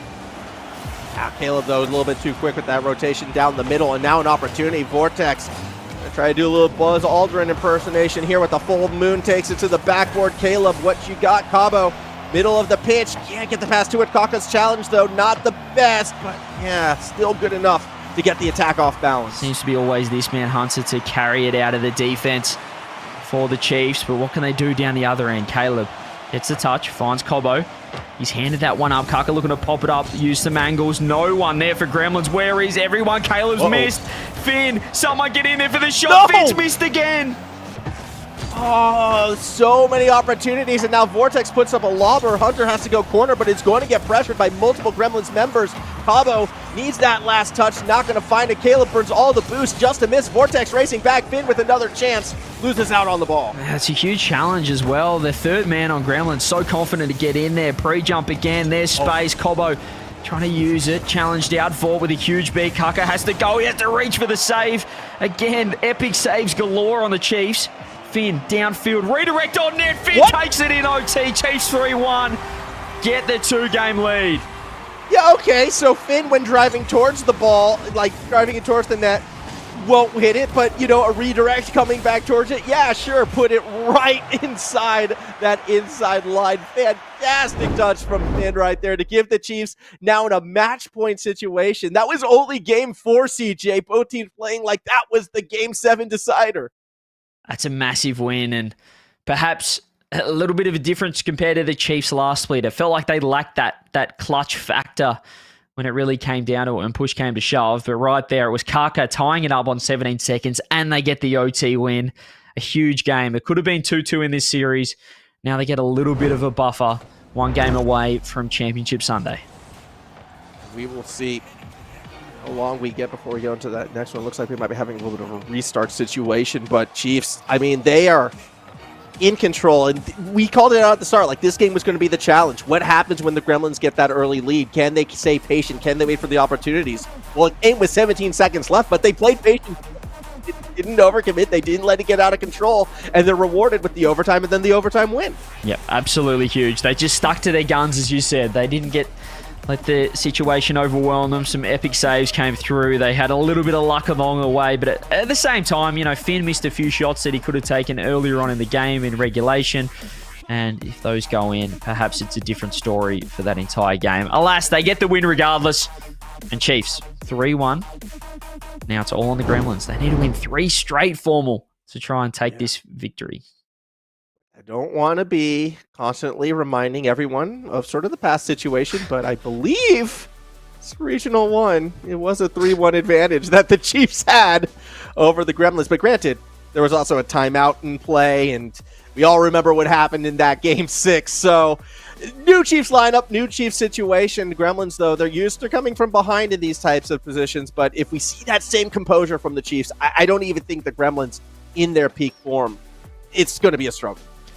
Yeah, it's the Chiefs look pretty settled at the moment. I like this play style from them. It's quite comfortable. I don't know how it's going to work for them against, say a Team Power who are just...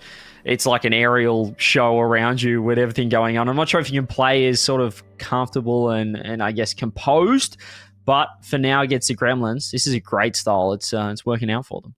Well, here's the great thing, though. If they win this series, they might not have to worry about Power until the finals, if at all, should they get there. Because, again, the Power still has a very tough, projected matchup potentially against the Pioneers in that semifinal, whereas an argument could be made that the winner of this series is going to be most likely to win the semifinal on that upper side of the bracket. We'll see, how teams like HSP go. They're going to be playing up next. But, I mean, this is such a prime opportunity for the Chiefs. If they do get this win, they've got a slightly easier road. So they would be a miss if they can't take advantage of the Gremlins here and now. 100%. I want to give a shout out as well to Rapids in chat. Formal on the Flormal. Formally, someone trying to drag you under the desk. What are you doing down there? You know what? We're good. All right. I'm a short man. He's reclining. I am a short, small man. It is not a well-kept secret. All right. I love it. I absolutely love it. It looked like you had the desk shaking and you were underneath the camera. It looked like someone was trying to steal you away from us. Look, again, from California, all right? In an earthquake, what you do is you get under the desk. You get in the door frame. It's the safest place to be. There's a little PSA announcement for you, all right? You just get underneath something solid if in an earthquake. It was just absolute instinct from you. Small soldiers rise up, says Liam. We love that. Here we go, though. The tech issue has been resolved. I think it was just a restart of the game, change a few presets and whatnot. And we are going to be getting into game number 1, 2, 3, 4, 5. That'd make sense. Yeah, it is game number 5 back in the Aquadome. The Chiefs looking to put the Gremlins away. They would love a nice, easy 4-1 day to get themselves through. As for the rest of the blue side, well, I mean, I'm sure... the Chiefs faithful of that org, they're excited about this situation. They're not excited about the opening, though. Vortex puts it through. Yeah, Kaka pre-jump it. He almost didn't believe in himself. He went up early and then was surprised that he was the one to have to make the save. Triple commit from the Chiefs. Great place from Vort. Again, a great start from Gremlins, but a lot of time left. They got to keep it up. Yeah, I mean, again, they had the early goal last game as well, and it was the 17-second mark where it all fell apart. I'm sure the Chiefs would like to make it a lot sooner, and they'll have a chance here. Kaka puts it up, can't redirect it in. And Finn just so far back there as well. Not able to join forces with Kaka in that offense. Cobo with the whiff, no boost. Fate coming through. Caleb has been super impressive this series, offensively, defensively, in those low boost plays. Hunter with the challenge, Vort there as well. And finds a pass back. That's handy. That's caught everyone out. Kaka's just gone on a... I don't know where he's gone. Search and rescue mission, but another 50 comes through. Can Cobo get it on net? Gremlins had the perfect chance. I don't know if they realized Formal how open that was. Yeah, I mean, while Kaka was busy being found by the Coast Guard, realistically, Cobo should have been able to put that through. Unfortunately, it's going to be another missed opportunity. And we've seen a couple of those coming from both teams in this series where they have more time and more open of an opportunities than they realize. A lot of respect being shown to each side, and I almost wonder what will happen if we see teams just focus more on taking the shot as opposed to trying to play setup. It's a funny old series. That's another shot coming through. Kaka, another pre-jump. Is it helping, though? Bumps as well. Short on, surely. That's Caleb, it. He's trying to snipe, but he's missed. Formal went early on the call. Finn now carrying it down the other end. Can we get a counter-attack for the Chiefs? Kaka gets dusted. Again, it's going to be Vort with a double beat. How I am in shock Caleb missed that one. It was there for the taking, but that is now 2 from the Gremlins that really should have gone through. And you have to wonder, CJ, those are typically the kind of plays that can come back to haunt you, particularly in a close series like this. Yeah, it could be costly, and Hunter's got a huge beat again. Caleb underneath, so composed, just waiting for the challenge to come through before he made the touch. Cobo needs a touch caught out, but carries it to the wall, carries it to safety. Kaka gets a 50 across. Caleb again right there. Great positioning from him. Not much boost to work with, but still gets a pass across to Cobo. Kaka cutting that one out. And now looking to tail all the way with it. Beats out another defender. Couldn't get that third touch, but the backup has arrived. Finn going to look center for Hunter. Doesn't get the bump on Vortex, who throws it straight up through the middle. Another touch from Caleb. Looking for Vortex underneath. Shots on post, down, not in. Cabo follow-up has Caleb, but Finn makes the save. Chiefs are just letting them shoot. I don't know if this is a recipe for success. They need to have some challenges in the midfield or something. Gremlins probably could have 2 on the board right now at least, but they still have the lead. That's the main thing. They're not looking too threatened in defense just yet. Kaka is backwards again, able to catch it over the top of Vort, bumped out of the way. And Chiefs just not really following up on each other. Here's a flick top corner. Finn again, last-ditch save. Cobo's pre-jump. He's completely misread that one. And the demo comes through, relieves all the pressure for Chiefs. Cabo swings and misses the play on Kaka, who's really doing a good job slowing it down. Gets the 50 that they're hunting for. Caleb is going to have to rotate back, but Hunter should be there. Actually, now it's Caleb with the beaten. A lot of these first challenges from both teams going awry right now, CJ. I mean, a lot of the saves as well. They're just choosing to save on the goal line, which is, I mean, it's confident, I guess you could say. There's a nice beat from Hunter. Caleb last again, makes a huge touch. Demo coming through. Cobo just slings this one across Hunter. Another save. Chiefs seemingly farming. So I need to have a look. 5 saves. Yeah, 0 saves for Gremlins, if you don't mind. So this has just been Chiefs sitting in net, waiting for the counter-attack. Huge pop-up to clear it out of net. Hunter as well, just quietly. 46 points. Need to get that guy involved in this game. Yeah, I mean, kind of has been the catalyst so far for the Chiefs' successes. That said, that shot from Kaka, not where it needed to be. Hunter's follow-up again, saved by Cabo from behind, and it might roll all the way. Finn barely gets back at that last moment. You could see Hunter just take that extra second to pick his spot, and he thought he picked it well. Again, it's another beat, but it's not doing anything. Vort getting back in time. Kaka, what can he do? Just throws it on net. Another save. This time it's Gremlin's turn. Does some saves of their own. Finn playing so deep third man. Just not willing to get involved in that offense. It feels like it's costing them at the moment. Kaka's up though. This could be huge. He gets one more. Cobo tries to get the read. Vort again. The defensive plays from Gremlins. This has been a stealth. They scored 11 seconds informal. Nothing has happened since. They've just held the fort. Can they still do it though? 20 seconds left. I mean, for this past minute, we finally have seen the Chiefs attack. They've put on 3 of their 4 shots in the last 45 seconds alone, but it's just not been enough. The Gremlins finally having to play defense, and they've been looking good. That said, Finn with the demo might set up something here. Kaka has to corral this. No boost, no matter. Cabo kicks it away regardless. Finn has Hunter, who has the full tank. Now is looking to go the distance. Dribbled, stopped on the line. Finn can't outrace Vortex, and the ball hits the ground. The Gremlins are 2 away.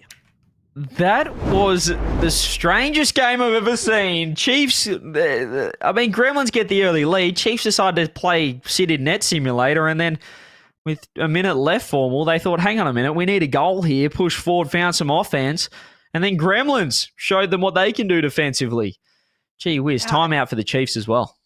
Yeah, not surprised to see the timeout come through from that Chiefs side. They're going to have 2 chances to put this one away, but I do have to mirror a little bit of the confusion for the Chiefs because, yeah, they were playing really great goal line defense. Don't get me wrong. That would have been fantastic had they had either some sort of follow-up to go through with it, or maybe if they had the 2-0 lead where they can afford to be back there. But when you're behind and you're not willing to push up to the middle of the pitch, the Gremlins, they can just sit back and just keep putting on pot shot after pot shot and be fine.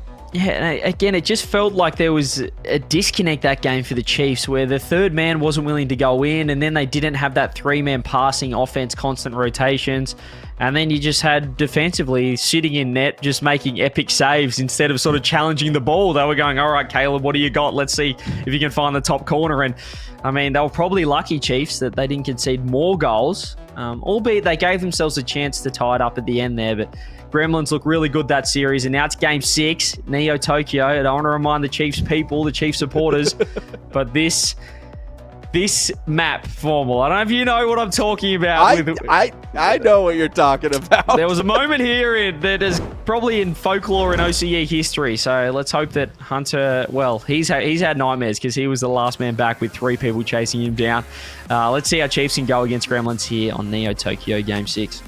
It still blows my mind on how 2 different streams, we each had the exact same call, but in an entirely different context and tone. Yeah, as it went down at the end of that game. It was beautiful, yin and yang, if you would, of team streams. But yeah, this is an interesting situation now because as the pressure builds, I think Gremlins get better and better. I'm not sure about the Chiefs just yet.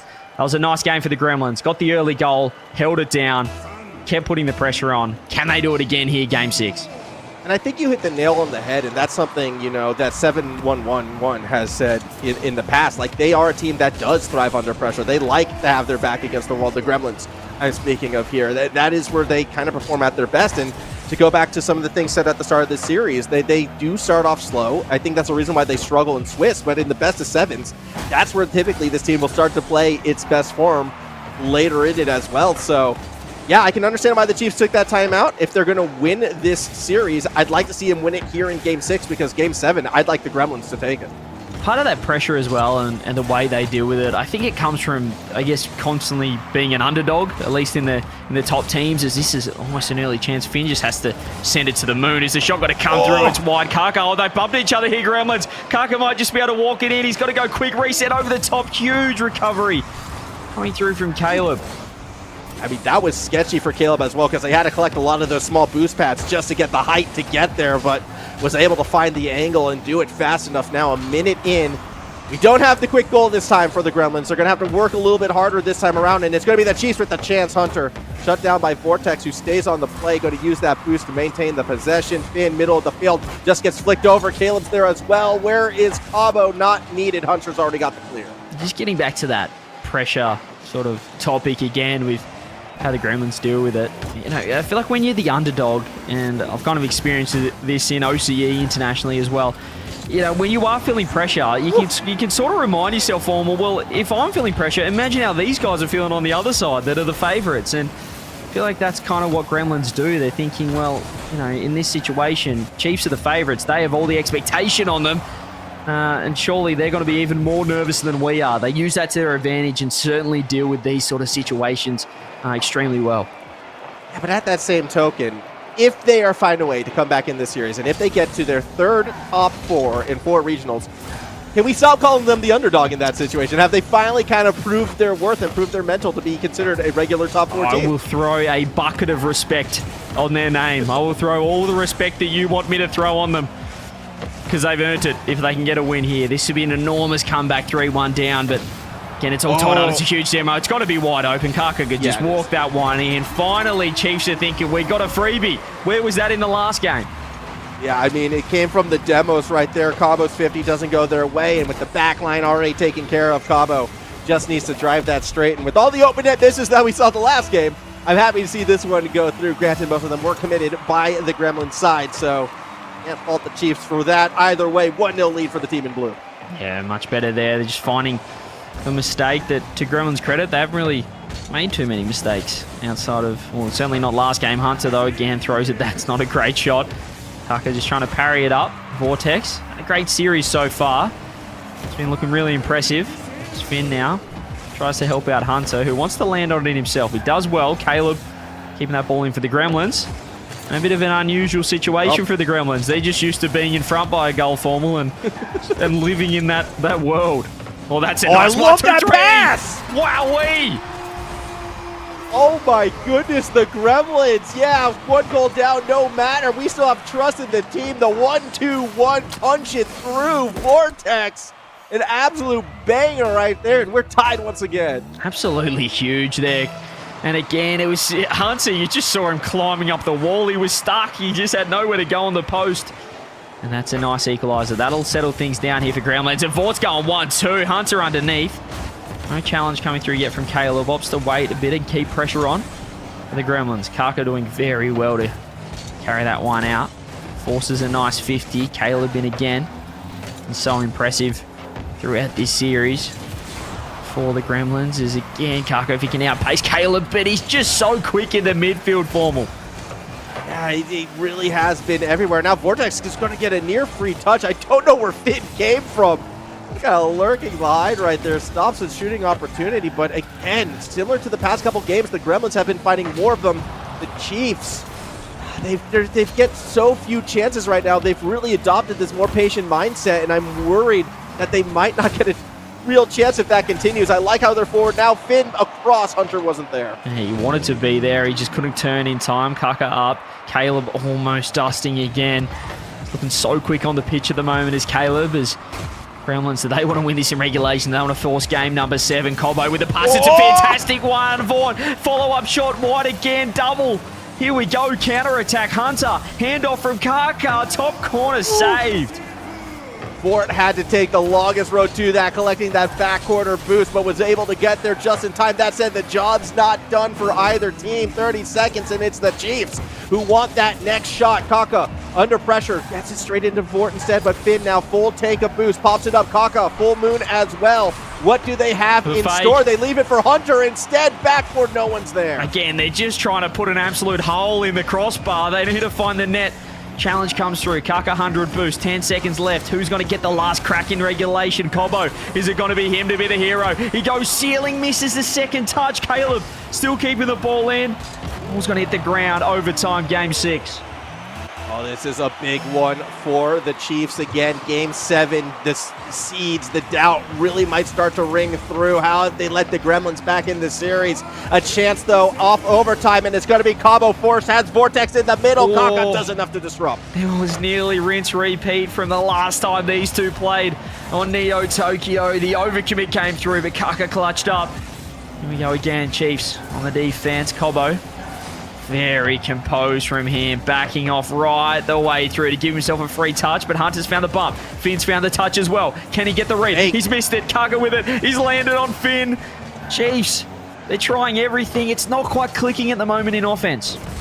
Yeah, it wasn't quite there, and maybe they're trying to do a bit too much with it. The Gremlins, they just play some patient defense and get that vital touch needed. Demo will slow down the attack, so Chiefs might still be on it. Kaka forward, redirects it back to Hunter. Backward second touch. It's in! And the Chiefs advance to the semifinals. What a play from the Chiefs, formal. It's a little 1-2-1 again. And Hunter, this time, instead of shooting, he takes it to the sidewall, forces the double commit, and finds the shot. Clutches up for the Chiefs. And they take the lead. Take the series 4-2. Move on to be the second team through to Champ Sunday. I love, after all the complex, super dynamic approaches for the Chiefs, it was kind of going back to something a bit more basic. Simple backboard touch, Gremlins overcommit, and of course it's Hunter who gets it through, right? Hunter, who had been looking like the standout player, the catalyst for a lot of the Chiefs' successes, the ones who gets it in the end. Yummy. What is your take on this one? All I'm saying is maybe we have to give a little bit of the respect. Yummy, unmute. Yummy, we're here. I can't hear you. You know, chat could hear me. No. Chat could hear me. Yeah, sorry. That's not important. We need to hear you. Oh, okay. This is the first time you've ever made it sound like you need to hear me or want to hear me. So I know, I was sad. I'll take it. It's good to be back. I was just saying that, you know, we might have to dole the respect budget around a little bit, because I feel like Chiefs here, they've proven themselves quite a lot more than they got to do yesterday. But I thought it was a good showing and a good fight back from the Gremlins. I was convinced that they'd take it to Game 7. It was a great series in that look, it wasn't as chaotic as, you know, a team power, wasn't all out offense, but it was nice to see a different style, a bit of more of a technical affair. You know, that 1-0 win formal for Gremlins was kind of the highlight of that, where, you know, it's a bit more of a chess match, feeling each other out, structure v structure, and Gremlins, I think they, you know, did themselves proud in that series. I just am waiting for the time when the Gremlins can come into one of these best of 7 playing like they do at the end of it at the start. I think it's kind of the Achilles heel for the squad still. They take so long to warm up to get to that form, and if they want to have, you know, long-standing success, they need to come out of the gate a lot hotter than what they did here today. That's always going to be a problem for some teams and some players, am I right, CJ? But it's something that you hopefully learn along the way. They don't have any real more chances to do that though this weekend. It's going to be the Chiefs moving on. Do we think that the Chiefs have what it takes to make the major after seeing that? Well, I think definitely. I think any team has what it takes to make the major at the moment. But I think importantly for the Chiefs, getting into the top four, obviously they didn't do that last split when they got knocked out in the quarterfinal. So I think, Yummy, for any team that wants to make the major, top four, semi-final is sort of your pass mark. You know, you can afford to have a top four. Obviously, you're going to eventually want to win a regional or a qualifier or get top two. But top four, that's a pass. I'd say I think they're actually going to be in a pretty good shot right now. Again, when you look at the bracket, knowing either Power or the Pioneers are going to go down before that grand final, they are going to be in that best shot to possibly knock one of them off. So, again, that's assuming they get their win tomorrow as well to get to that grand final. I mean, we could be saying the same thing about, you know, the gang and HSP. But as it plays out, yeah, I think the Chiefs are showing at this stage that they could make that major. Let's figure that one out. We're going to the next quarterfinal after this break. It's going to be Kib Gang versus HSP.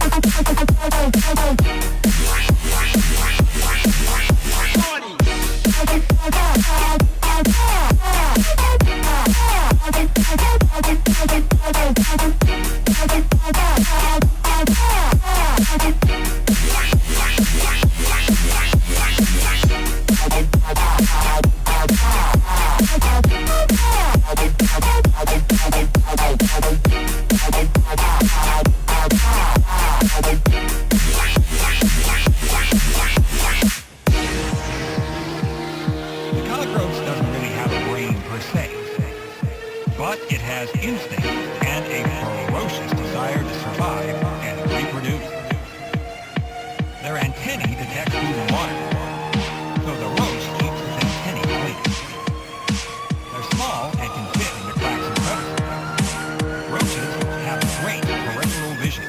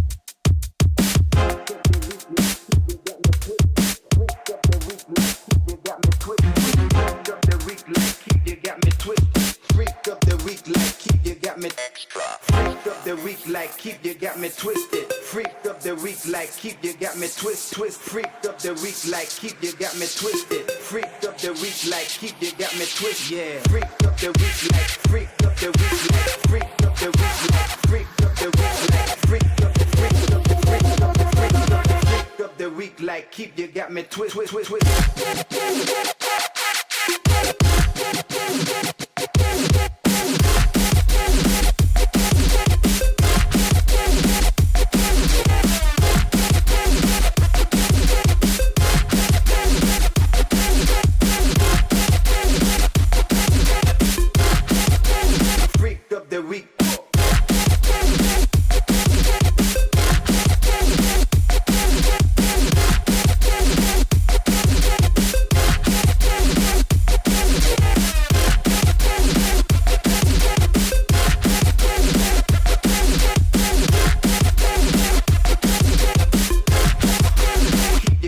twist it. Twist it, twist it, twist it.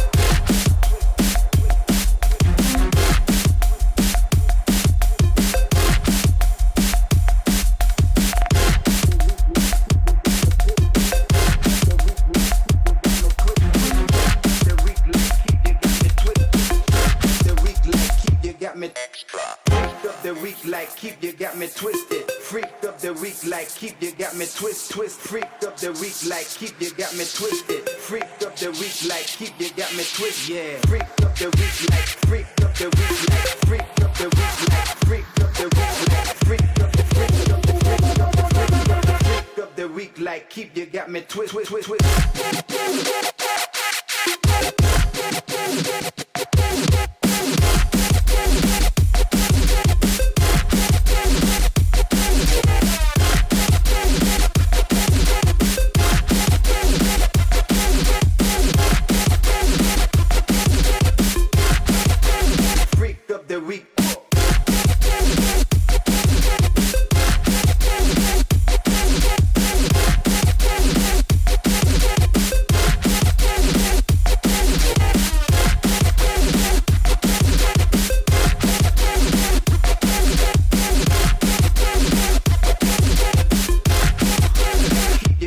Twisted.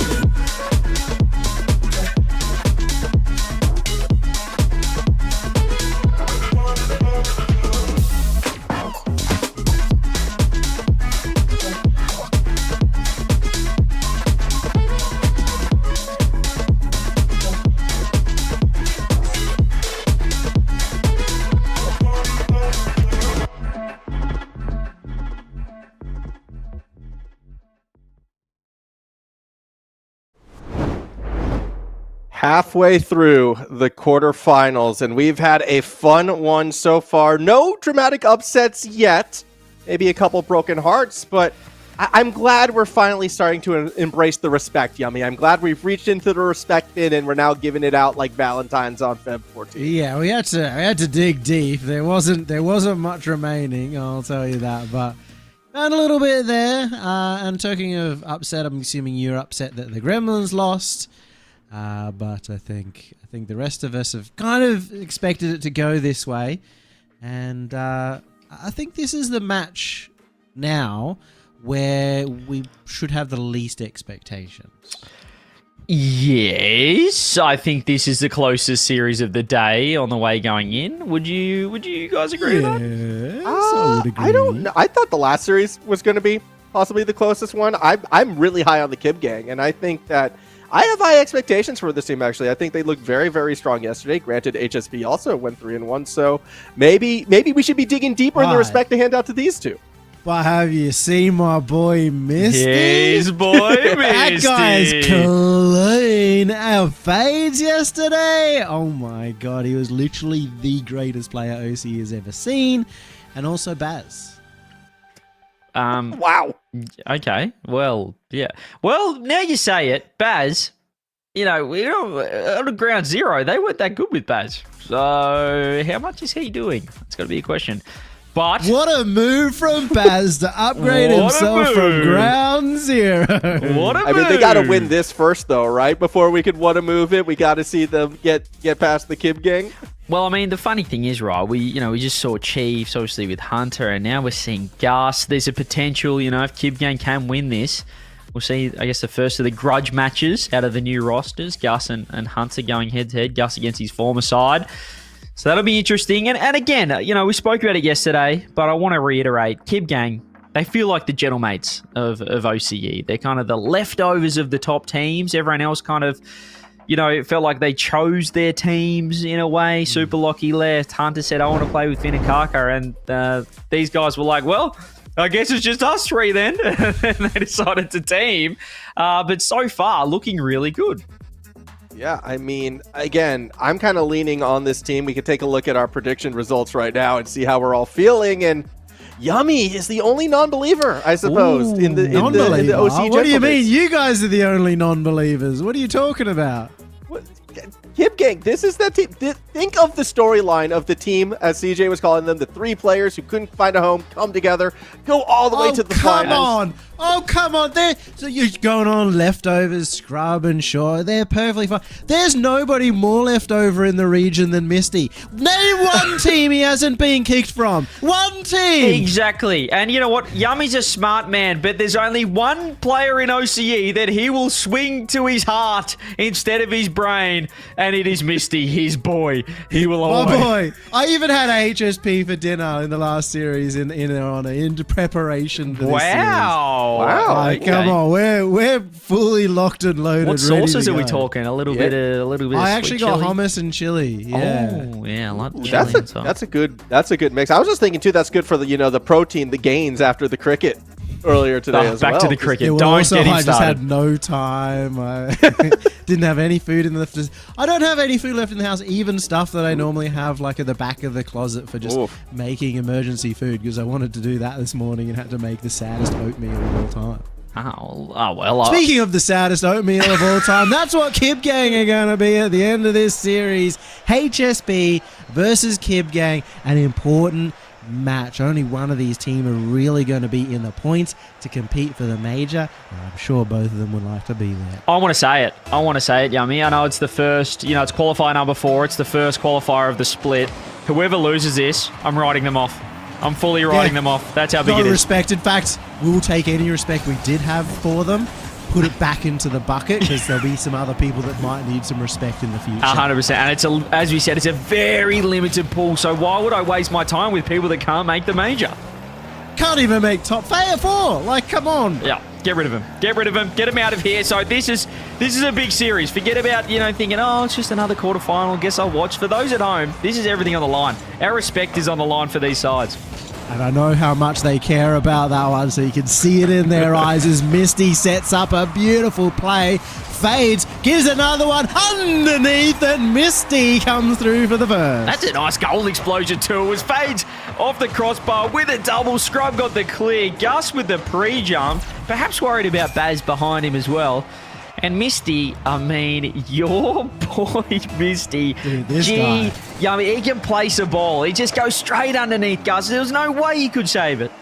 It's actually crazy that I think a lot of the reason the bucket is empty is just because Misty has taken so much from the bucket from us over this past couple of years. Yeah, the bucket is enormous. Look at him. This guy. Seriously. They should start calling him Never Misty. Because look at him sink another one. I'm calling him Wisty. Wisty just does not lose. Goodness me, how good is this? And can I change my prediction? What is happening right now? Go for it. I'll allow it. Don't normally allow it. I want HSP. I want an HSP. I want them to win, and I want one.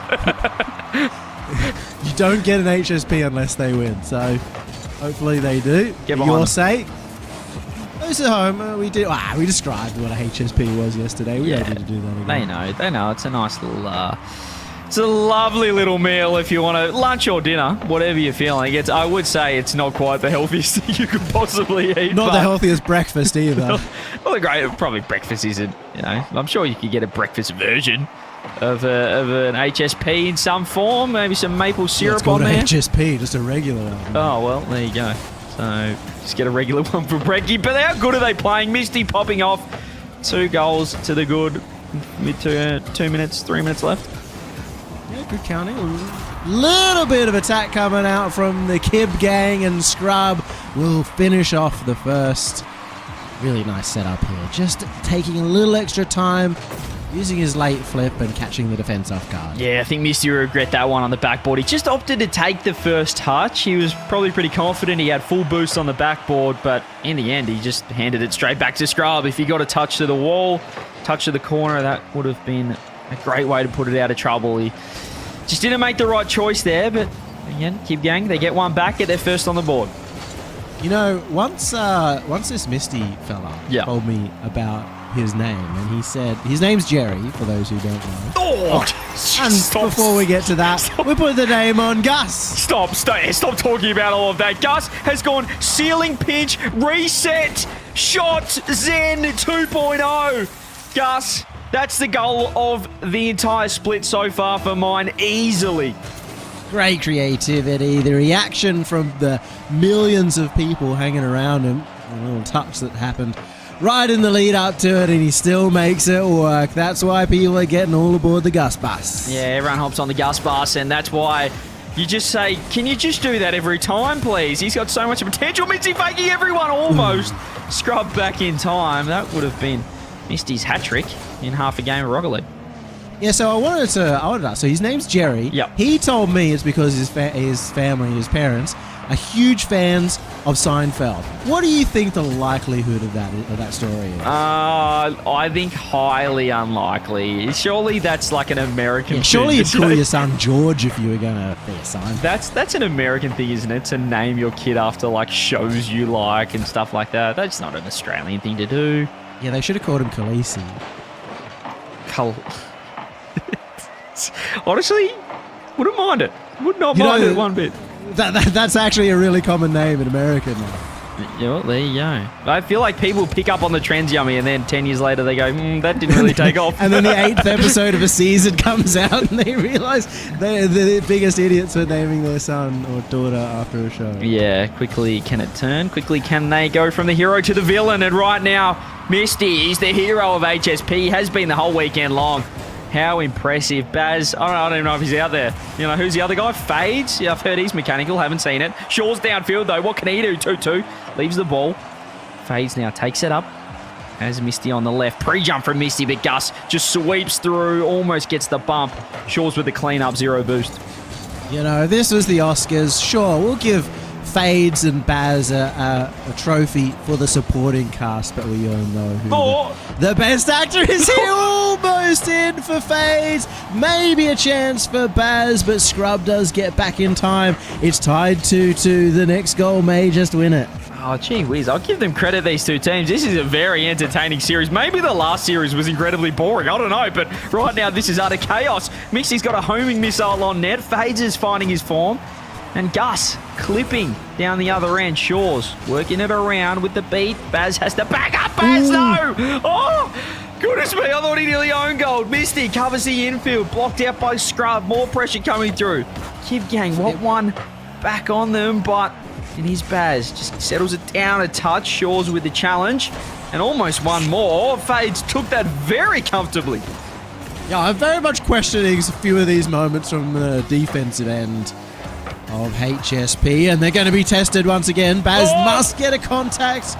Misty manages to get back to cover all bases. Overtime in game one. Yeah, might have to check Baz's pants after that one. Lucky that Misty was back in time. Baz backs up though. Shot on. Again, a little bit wide. Gus misses a touch. Fades fires. Fades misses. I'll tell you what. Misty would have hit that.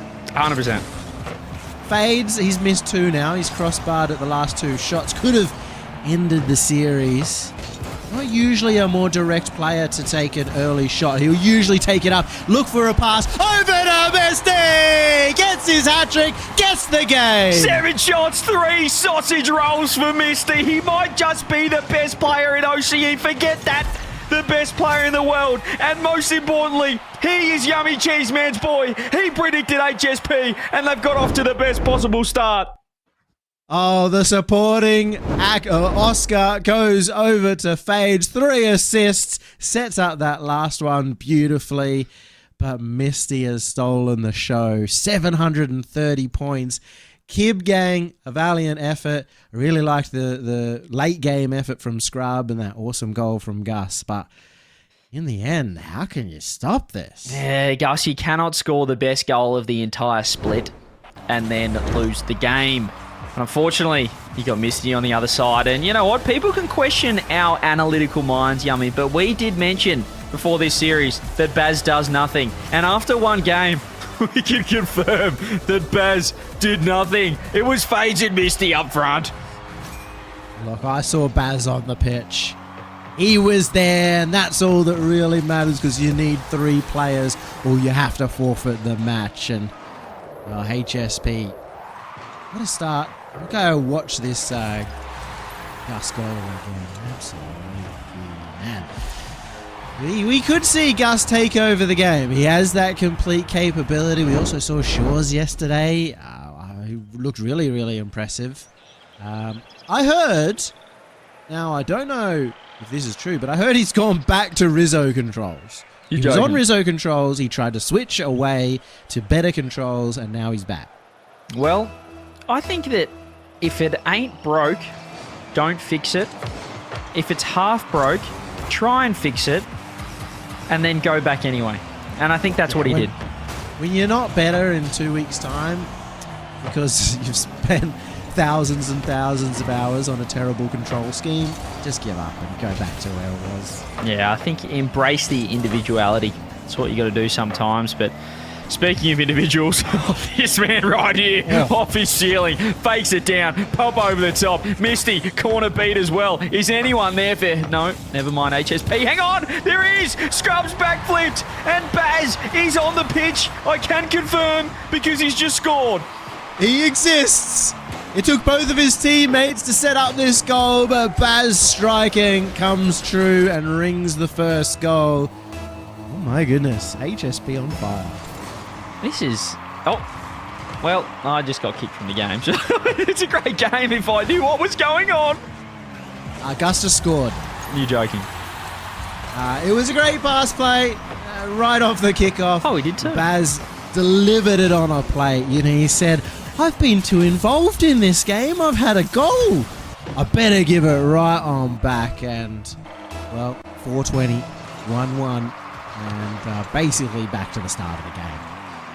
Yeah, it's let's And welcome back, CJ, by the way. Yeah, I'm back in business. I'm glad that I left for 3.5 seconds and a goal was scored.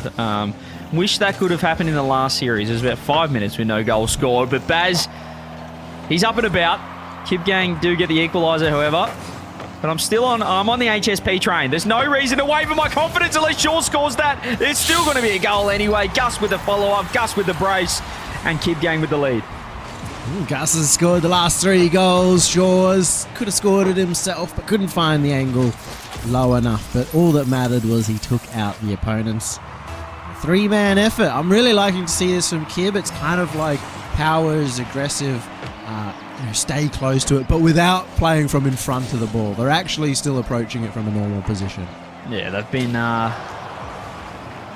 been certainly a team in this game. It's great to see. A bit more teamwork. One of two of them, I would say. They've been one of the 2 coloured teams that I'm witnessing on the pitch at the moment. Almost a beat coming through. Shaw's backing off, no boost. Gus says, I'll have it. I'll freestyle on them. Upstairs. No. Not again. Not again. Oh, the Sealy's best friend throws it on. Has to be a goal. Shaw's please. Double himself. Oh, disrespectful. And it's still not a goal. Well, it certainly should have been. I felt like with Gus's setup being so good, just defended out by thinnest of margins. The follow-up, not quite there, but this time Shaw's takes the delivery and it will find it in the top left of the net. How nice was this from Gus? Gets the reset and then just hang on a minute. And then just matrixes his way out of the ball. Wait, hang on a minute. And then just matrixes You're the his chosen way one. You can do this. out of the way of the ball for Shaw's. Really good. Really nicely done, and that's why he's paid the big bucks and he's the EU caster here. So, great stuff out from CJ. Great stuff out from Shaw's, who's... Where's your boy? Step it up. Yeah, he's actually... That's a good point. Forgot about my boy. He hasn't really done anything. Wait a minute. FaZe has 4 points. FaZe isn't my boy. FaZe has 4 points. 2.5 minutes into a game of Rocket League. No way. Look at the scoreboard. We're going to have to keep everyone updated on that. You know, CJ was the one disconnected, not FaZe. And yet I'd dare say CJ probably has more points in this game than he does as a spectator. I'm sorry, I think me trying to say matrixes got me 6 points. So that's 6 points. 6 points. 8 points. 8 points. Okay, FaZe has 8 points. 2 minutes left. Scrub's going off the ceiling again. Reset. No. Misty. There he is. Found him. Touch from Baz. He's awkward. Scrub there again. Kib Gang look a lot better this game, They look a lot more settled, looking like the clear best team at the moment. Shaw's again double. He's gone for another fake. Scrub thought that they would have bought it, but no, they hold on HSP. Little points alert as well. Fades did manage to get a save. I repeat, Fades did manage to get a save, which now puts him on 60 points. Huge. And CJ will stop mocking him relentlessly now. So, still not going to help him win, but this may as... Oh! Oh no. Oh no. Oh no. I think Fades had 100 boost as well, Yummy. And he thought, you know what, Baz, this is your day. And Baz said, no.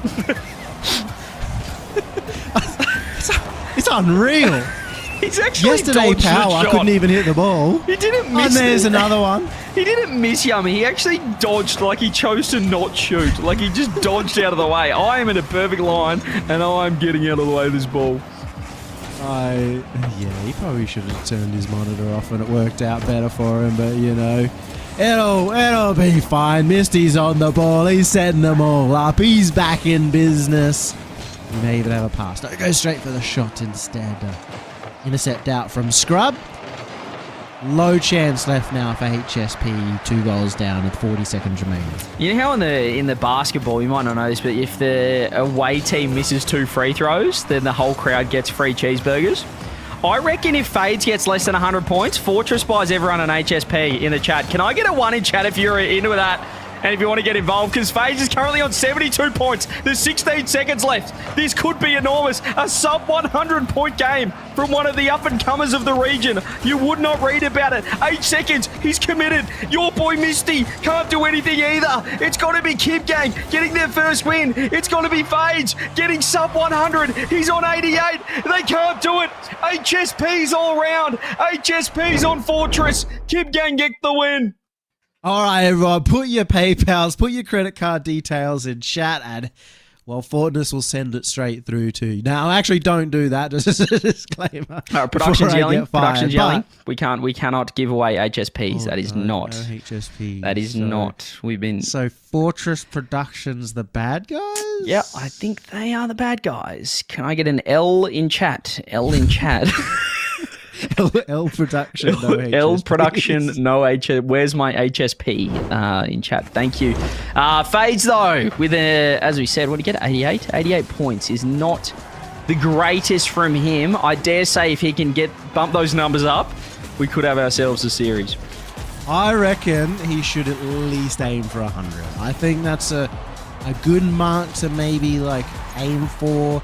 Just take little steps to improve game on game. Mm-hmm. And maybe by the end of the series, you'd be able to hit 200 points. Oh, 200. Look at the little zoom in. Is that a Dover special giving us the little zoom ins on the replay? Yeah, is that his zoom in on Baz's fantastic, brilliant shot there. I love it. Yeah, he zoomed in on Gus, just getting the reset, matrixing his way out of the ball. Can you say matrixes? What do you think Baz said to his teammates after that? After what he do missed? You say? Oops. Yeah. On me? I got next. Maybe like, oh, I thought that guy was about to challenge, or oh, so unlucky.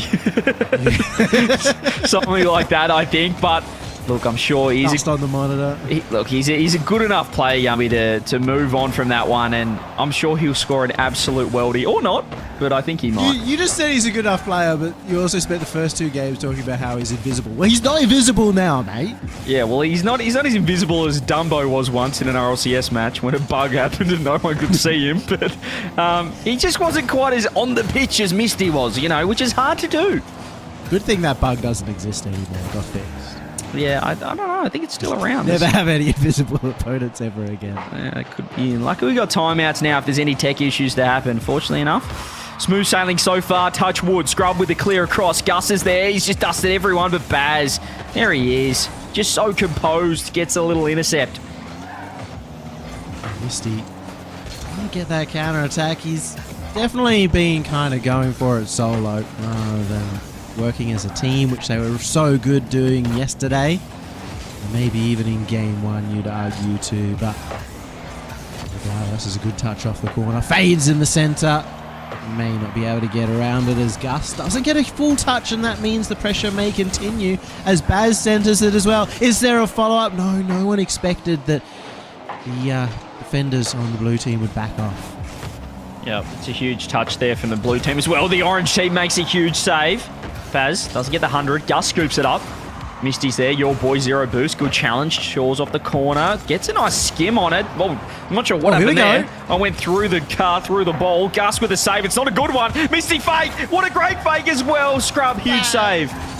Baz was so scared of missing that one. He hit it directly in the middle, right where the defenders were.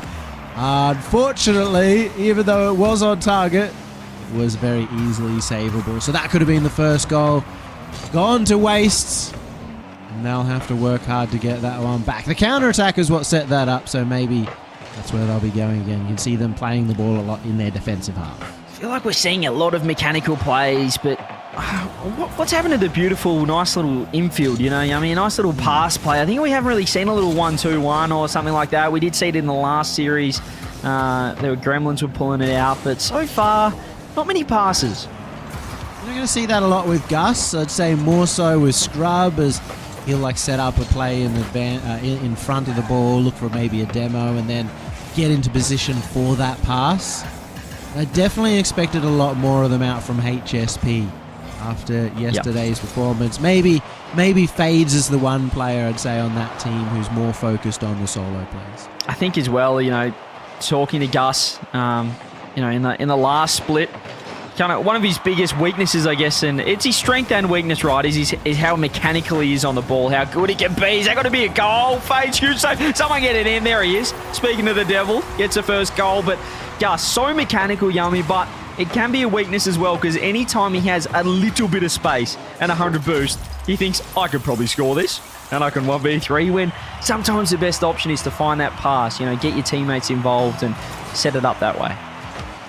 Sometimes it's difficult to overwrite your defaults, especially, again, under the pressure, under the extra pace of professional play. You just go to what you have to play on instincts, and if you've built your instincts around those solo mechanical plays, it'll be hard to break them, but it doesn't matter too much. Gus got a simple goal that time and has them in a 1-0 lead. The defense hasn't been quite as solid from HSP through these last 2 games. It's nice from Misty. Trying working it downfield, but there's no boost.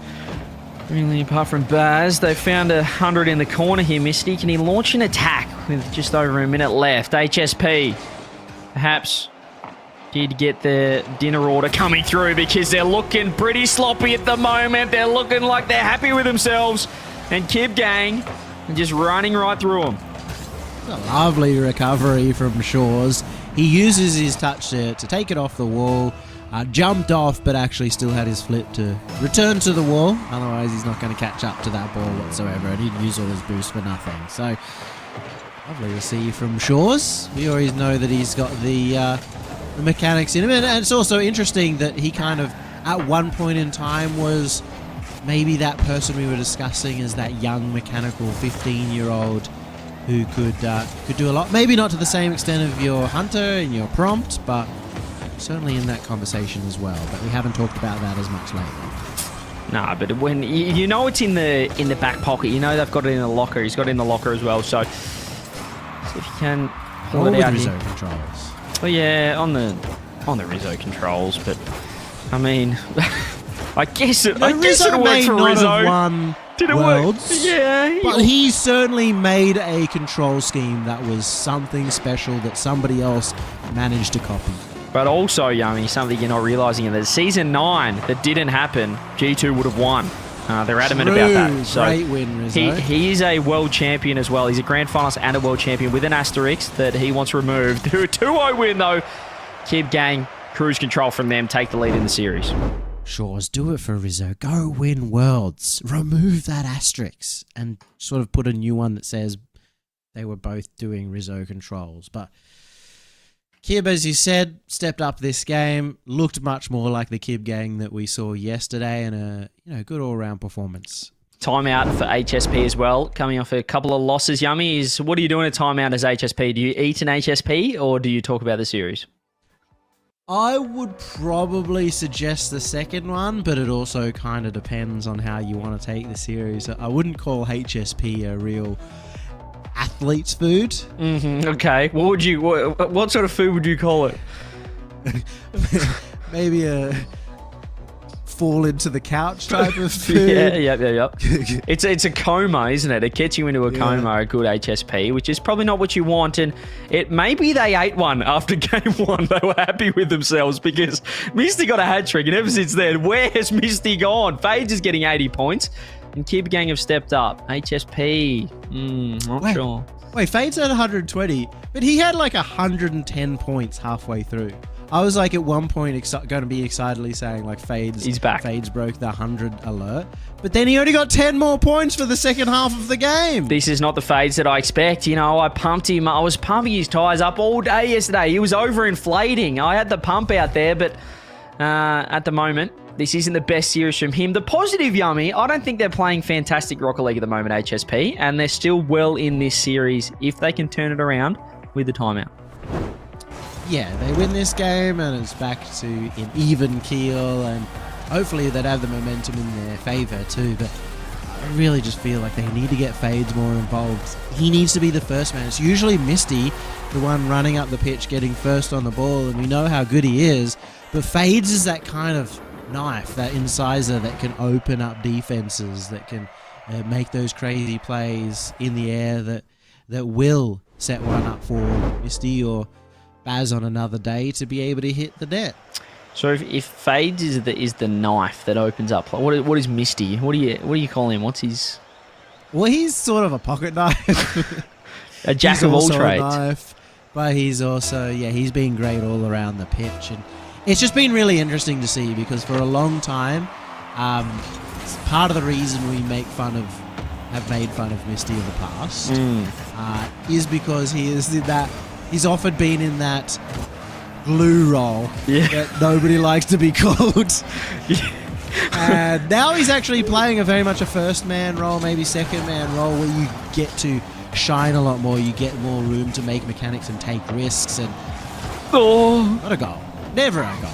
I mean, well, you might have made a great point there with Misty being a pocket knife because, you know, there's a couple of features on the pocket knife that aren't too useful, and I think that maybe he's found those in the past. You know, he's flicking through and he's well, what's his bottle opener doing? And we have seen some bottle jobs from him in the past. Yep. Perhaps has activated that side of the pocket knife too often.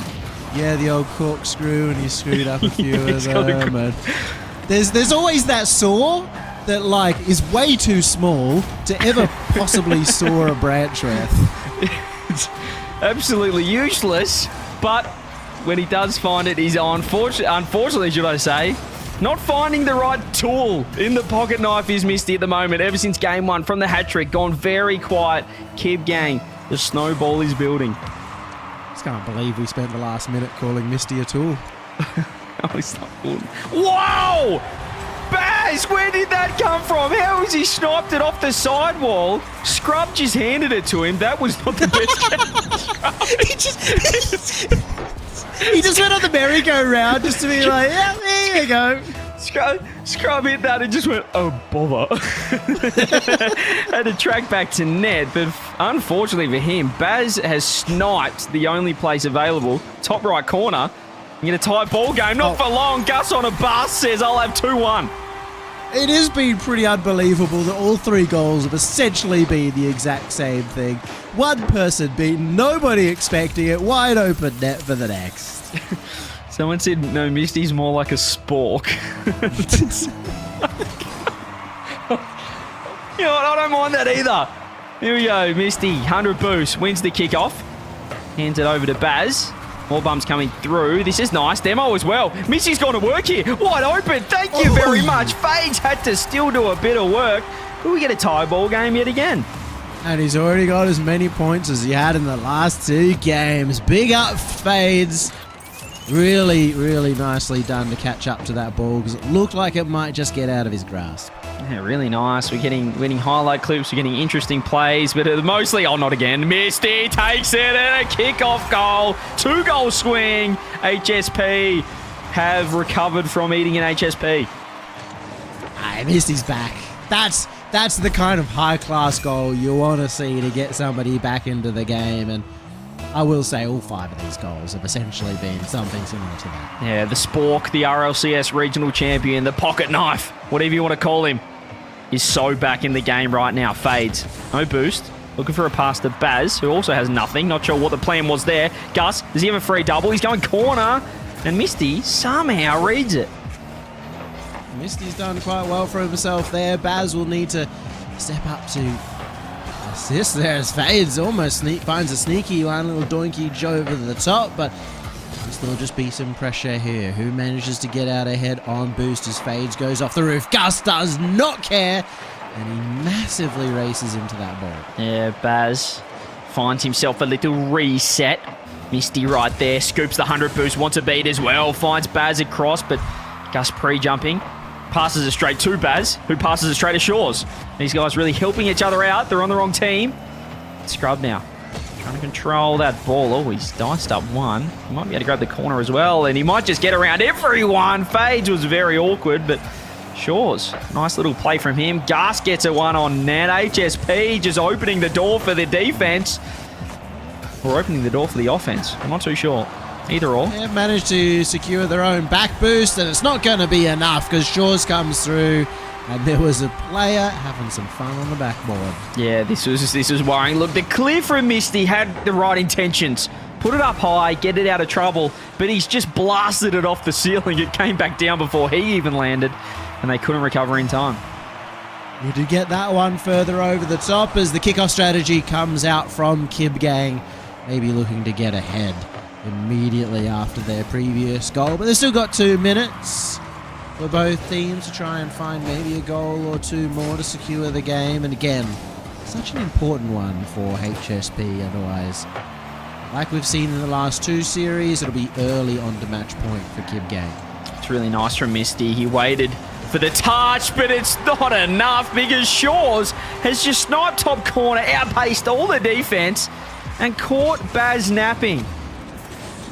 Really awkward position for Misty to be in. He caught himself underneath the ball. That's why all he could do is try and get behind it, try and make the 50 favourable, but it was always in favour of Kib Gang, and they've turned it around once again. They have the lead. They have 1:40 to hold on to it as well. Yeah, 1:40 in a huge game here. Kib Gang to get a 2-game lead would, well, I don't want to say all but sew the series up because it is OCE, but if they win this, Kib Gang, Yummy, What are you saying about OCE? Well, huh? anything's Don't possible. come at me like that, I've been brother. to reverse swept more times in a best of 7 than probably anyone in RLCS, Make a Yummy, so great why point. no? You make Thank a you. Thank you. That's a fantastic great point. Thank you. Great point. Thank you. As I was saying anyway, if they win this, you just feel like, you know, the momentum's too much in the end. The last 3 games, they've completely got on top of HSP since that first one, and I think it's going to be all over. I'll call it. Maybe I'll cast the curse it, but this is a massive game. Gremlins, I mean, they look like they might be able to do it, and even still, they fell short 2 games, so might just be right there as Kib Gang. Scrub is that kind of player who'll play these 1-game or 1-goal leads incredibly well. Shores has been actually peppering that backboard and looking for the doubles as well. Couldn't get down to that one as 40 seconds remains. Kib Gang is consistently keeping HSP in their own half, but all it takes is 1 counter-attack to tie it up. And that's not going to work because Gus now has 100. He's getting bumped. Everyone's getting bumped. HSP have to go. It's down the wrong end. Shaw's just keeping the ball in. He's done so well, as you said. He's crafty, hitting the ball around, just keeping the ball in. Another great touch coming through. Scrub popping it across. Baz, 1-2, backboard. Gus just keeping that ball in. Kib Gang trying to lock in this win. No boost on Baz. Fades, just launches himself downfield. Shorts comes up huge. Scrub fake, but Gus is there to put it down. Kib Gang 3-1. And it is all but game over, Yummy. I'm going to call it. Yeah, the gang is now 1 game away from the semi-finals. Morgie called this team as her team to maybe upset make the major. And you can see just why. They played so well yesterday, and Shores, we worried about him being a little quiet early on. Well, now he's really stepped up. Yeah, and the goals from HSP came from, well, a couple of members of Kib Gang just giving them the ball. So if they can stop that, really, Kib Gang their own worst enemy right now. They're on top of it in the offense, and if they can not hand them the ball in the defense, Yummy, this should be a locked away 4-1 victory. How do HSP come back? Who is it? What do they need to do? I really just want to see them clean up that defense. They just keep rushing into sort of an awkward position to defend with. Rushing straight towards the ball where it is, or right underneath the ball. Instead, it's giving themselves a run-up, a berth, an area where they can maybe get some change of direction of the ball over to the left-right side for a defensive pass. Because at the moment, so many of these players are just coming off like a random 50 or one person kind of getting beat, and then as you see, they're completely over. I think the amount of times that game, Yummy, where the ball would just, Kib Gang would smack the ball off the corner and someone would be up straight away, a teammate be up, and there'd be no one from HSP. They'd all be, Spider-Man crawling on the backboard, watching the net, but no one up in the air challenging that ball. And then you just give Kib Gang with these free shots time and time again, off the backboard, off the corner. Eventually they're going to score. So I think just put a hand up. Put a hand up in defense, and then, as you said, find some better outlets, transitioning it downfield. Exactly, that's what Shores has done really well, is that there's nobody challenging him, so he's able to get the doubles, and there's nobody challenging off the kickoff. 4 seconds, and Kib Gang want that semi-final already. I mean, if the timeout buff doesn't work, then the non-timeout buff absolutely won't work. There's nothing left here for HSP, and 4 seconds in, it is a huge kickoff win there for Kib Gang. First goal on the board. Are there danger signs playing yet, Yummy? Is there sirens, air raid sirens coming through on the side of HSP? It just feels like every single goal is being served up to Kib Gang on a bed of chips right now. even like these, they just... Did they just put some chicken on top right there, and all they need left is to sprinkle some sauce over the top of it? Maybe a bit of sweet chili, a little bit of barbecue. I wouldn't mind some garlic sauce as well if you're there. I don't know if I'm ordering a snack pack or I'm trying to get Misty to wake up a little bit because he's controlling it out of defense. And really, just handing these free goals, as you said, what are they doing? That's way better. Never mind. It's not. Yes, it is. No, it's wait. No, yeah, it's not. No. Well, you can lead a horse to lovely Middle Eastern food, but you can't force them to actually down it with, I don't know, a fork, I guess. I was trying to think of... Do you need help, or you want to keep going? Yeah, no, help me out, please. You can... you can order all the food you want, but if you ain't gonna eat it, you shouldn't have ordered it. Wise words as always, CJ. And ones that I think HSP should live up to right now if they want to get back into this series. Sure, that's what the coaches are saying, and that's what they said in the timeout. Didn't quite work for them. Gus ceiling reset, one more, no boost. There's Misty, your boy. But even that touch there, Yummy, he has 100 boost. I know he's won the ball again, but just the control. When they have space, they're just launching the ball away from them, not keeping it close, and putting themselves under pressure. I'll tell you what, CJ. Misty is very, very quickly starting to lose the my boy status. He hasn't had it for very long, but you know I can't handle a loss. You just, if you want to stay with my boy, you got to be winning. Yeah, you got to be consistently somewhat doing something. And look, a hat trick in game one. It reminds me of Banana Head at the major. 5 goals in game one. I don't care if you're going to lose the series. 14 other goals after that. That's what Misty's doing at the moment for you. Have another one. I get, you know what? I was going to say disappointment for HSP. I'm beyond that now. We've lost. The respect bucket is getting filled back up for some reason, and we're happy right now that Kib Gang are 3-0 up. And realistically, especially with a team that has scrub on it, I don't see people getting 3-goal comebacks against this team. And you know what? You know what, Yummy? What? I think my respect bucket is getting allocated a little bit more to Kib Gang. And this is setting up, because they've won this, let's be honest, this is over. They've set up a very juicy semi-final tomorrow against the Chiefs. And a very saucy one, I might say. A lot of sauce, bit of cheese as well. Ooh, I love a bit of cheese on my HSP. However... Can we not have food-themed team names in future? This is dangerous. I'm ordering one as soon as this series finishes. No, listen. What I was saying is, going into tomorrow, playing the Chiefs, honestly, at this point, I would predict Kib Gang. I think they've looked better. I'm with you. I'm 100% with you. I think Kib Gang have been drinking from our bucket, and they've looked good both days. I think, realistically, part of that has been Shaw's. When he's fired up, they look like a more complete team. He was more fired up yesterday, but he's played really well through the second half of this series, which has almost made it easy for the Kib Gang. Yeah, it's just the way that they've done it. I mean, since that first game, you know, obviously if Misty's going to score a hat-trick, he's beating anyone in the world, but outside of that, this has been extremely dominant. You know, compare it to the last series with the Gremlins, Chiefs. I mean, they looked good at patches, but in other times you're thinking, where's the offense? Where is everyone? But for the most part... Well, you fell asleep during the Chiefs series, and you're the Chiefs guy. So. Exactly. But this one, there's always someone there. I'm never thinking, where on earth is, you know, X, Y, Z? Where's this person? Where's that person?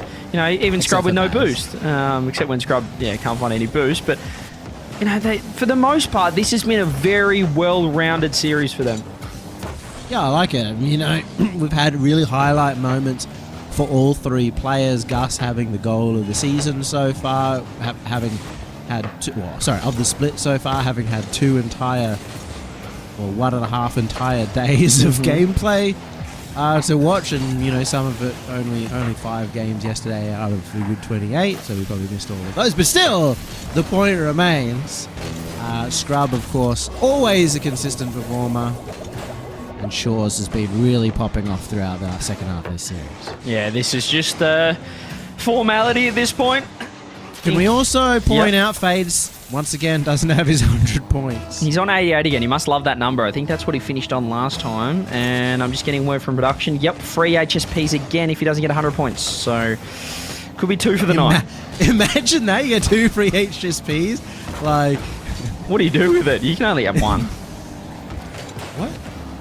what? Well, I mean, I was thinking of ordering another one after this series. Like, is there a rule or... No, you can go again if you want. You absolute madman. It must be making you hungry just seeing how many goals. They're goal hungry right now, Kib Gang. And Yummy's getting hungry again for another HSP because HSP are doing nothing on the pitch. My veins are full of hummus, so that's what happens. And it's also slowed down, it seems. This HSP roster 6-0 for HSP. The Kib Gang. Scrub leading them from the front. And, come on. Get that to Shores quicker. That could have been a good one. Utter destruction it has been. And it's a shame, I'd say, because this, for me, you're only as good as your last series. I think that's kind of a commonly accepted term amongst any sport. And this will leave a sour taste in my mouth. For HSP, although they are a sweet and nice meal, it's quite tangy at the moment for me because just the way they lost there, I'm almost forgetting about how impressive they looked. You predicted them going into the series, Yummy. The overlay thinks HSP won as well, just because we talked about them for so long. But a succulent Middle Eastern meal right there for us. But just that's democracy manifest if I've ever seen it. Fawn, what are your thoughts on that series? Sour cream, hot sauce, cheese, tabbouleh. All right, that's what we go for the HSP. That's my thoughts. Very, very nice. So Kib Gang, so impressive form. Well, tell us all about it. We predicted them, and I don't know what Yummy was doing. I mean, look, Kib Gang, this is, again, the team coming with that little bit of the chip on its shoulder. Yes, they had the slower start, but they really did just control pretty much the entire tempo of that series. It really felt like we didn't see much at all from HSP moving forwards through the latter half of that series. And as soon as Kib Gang had the lead, they never let it up. I'm really just interested to see if those players go back and watch the series and wonder what we were talking about, really. So yeah. They had to know. They have to know. You can't name yourself HSP and not expect that to be the focal point of the conversation, especially when you're playing at dinner time, right? I think for Kib Gang, though, give them credit because I know Gus on a bus, he goes back and watches the series. We didn't talk much about Kib Gang, but they were very impressive. I mean, we mentioned at the end there, Yummy, I would... At this stage, and it might be recency bias, I'd predict them against Chiefs right now if they were to play based on how they were performing. I think they've we had this sort of expectation of where they probably might or should be, and this was a very solidifying series to say, they're where we think they are. Is that enough to get them to the major? Are they even better than that? That's still what we'll find out tomorrow. I think the comparison to the Chiefs one is kind of interesting as well because you also have to kind of look at who they're playing against. Gremlins were playing fantastically today, and I think they were really challenging the Chiefs, whereas HSP, after the start, never really got their own mojo going. So I'm not trying to say that HSP are a poor team, but I would take the Gremlins over HSP, so it's hard for me to fully lock in. Yes, we're going to see Kib Gang over Chiefs. Have you not seen Misty? Oh, dear. I saw Misty game 1, and then I saw Misty games 2, 3, 4, 5. So I'm liking the Gremlins. Game 1, Misty's kind of nice with it, though. But I will say, shout out to Shaw's mum in chat. She said, what a cast. So if Kib Gang's kind of happy with the cast, but I think if you're winning, Yummy, it doesn't matter what the commentators are saying. Everyone's happy. Big up Shaw's mum. Big up Shaw's mum in chat. We love all the parents. We love all the families, the supporters of the players, of course. Shout out to all you guys watching at home. If you're an HSP supporter, don't watch the highlights. Yeah. Well, I mean, you can watch game 1, right? Watch game 1. Start with game 1, and then you can just, go home happy at the end of the day. Yeah, well, there was, CJ didn't want to watch some of those goals so much that he actually disconnected from the server for a bit. Skip one of them, but... That was a turning point, Yummy, I think. When I disconnected, Gus scored, and then they kept on scoring. So Gus on a bus can thank me for that one. But, I mean, he scored goal of the tournament so far. Goal of... It could be goal of the season from short-term memory. I don't know how many crazy goals were in the first split. I would have to go back to the highlights. Probably lots of them, to be honest. Give it this one. It was good, Give it to this one. They weren't on the Fortress channel. True. Exactly. First big clip of the season here on Fortress, but we're going to be throwing to a break because we still have one more game as well for you all. Our final game of the evening, it is going to be the Pioneers taking on Fizz 6 when we come back.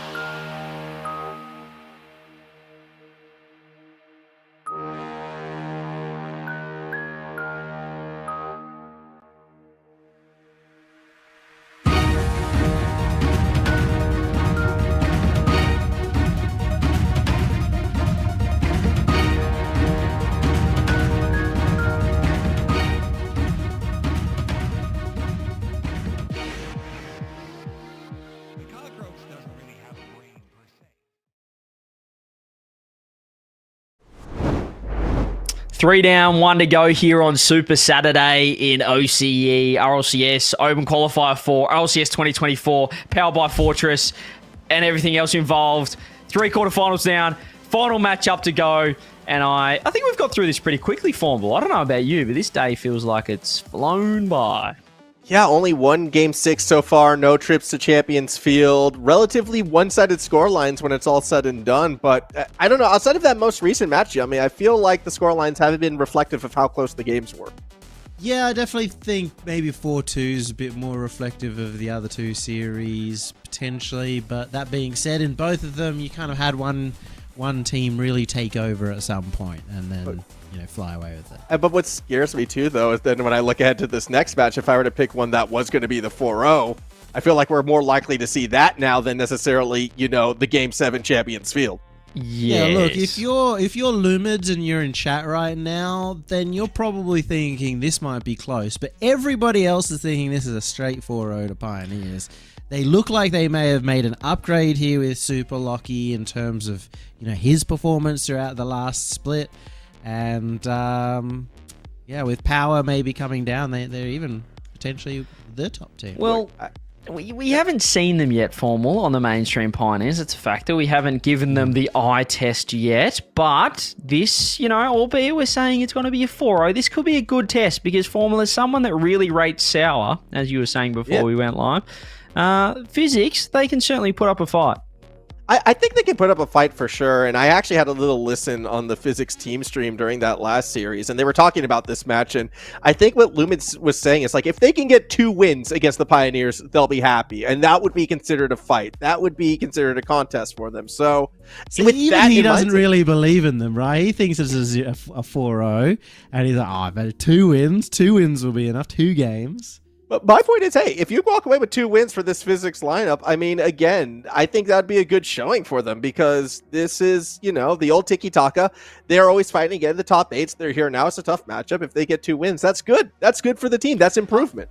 I also just want to kind of ask you, CJ, what do you think of their coach, Clown Sandwich? Well, we need to give a shout out to Clown Sandwich, of course, because he's not there. We'll get him added for tomorrow when you guys win. How about that? That's your award, Physics, for winning. We'll get your coach added off. They don't get any extra prize money. It's instead of they get their coach. Yeah, it's A or B because we can't we can't Wait, diversify. are we really paying a coach an exposure now? Is that where we've gone with that one? It's the state of esports, Formal. We have to pay an exposure these days. So Clown Sandwich, shout out to him. Lumen's in chat. He's a massive fan, clearly. Spamming. Ban that guy if he spams anything. I'm just joking. But we're on the Pioneers train because we're predicting with our brains. Now, our hearts might be with Physics because it feels like, we've all got a soft spot there for Clown Sandwich and the boys. No? My heart's not with Physics. Well, hang on. Wow. Because my boy Tonio is on that team. And it was... is he speaking for all of us because of Tonio? It was tough for me to not predict them, I will say that. Is there got to be an upset? Do I do it? But I've been 100% so far. I'm the only person here that's been 100%. What's that? I thought you gave up on Tonio.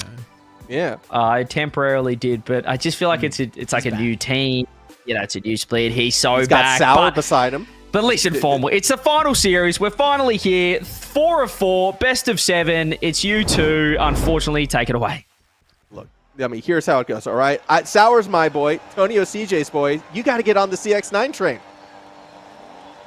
I'll pass. Thank you very much. Pioneers versus Fizz 6. The match that everybody is saying 4-0 is the expected, and any single game that Fizz 6 get is a massive, massive victory. But I don't think you can go in that. And I don't think Fizz 6, the players, will be going into this series with the experience that they have with anything but a win on their minds.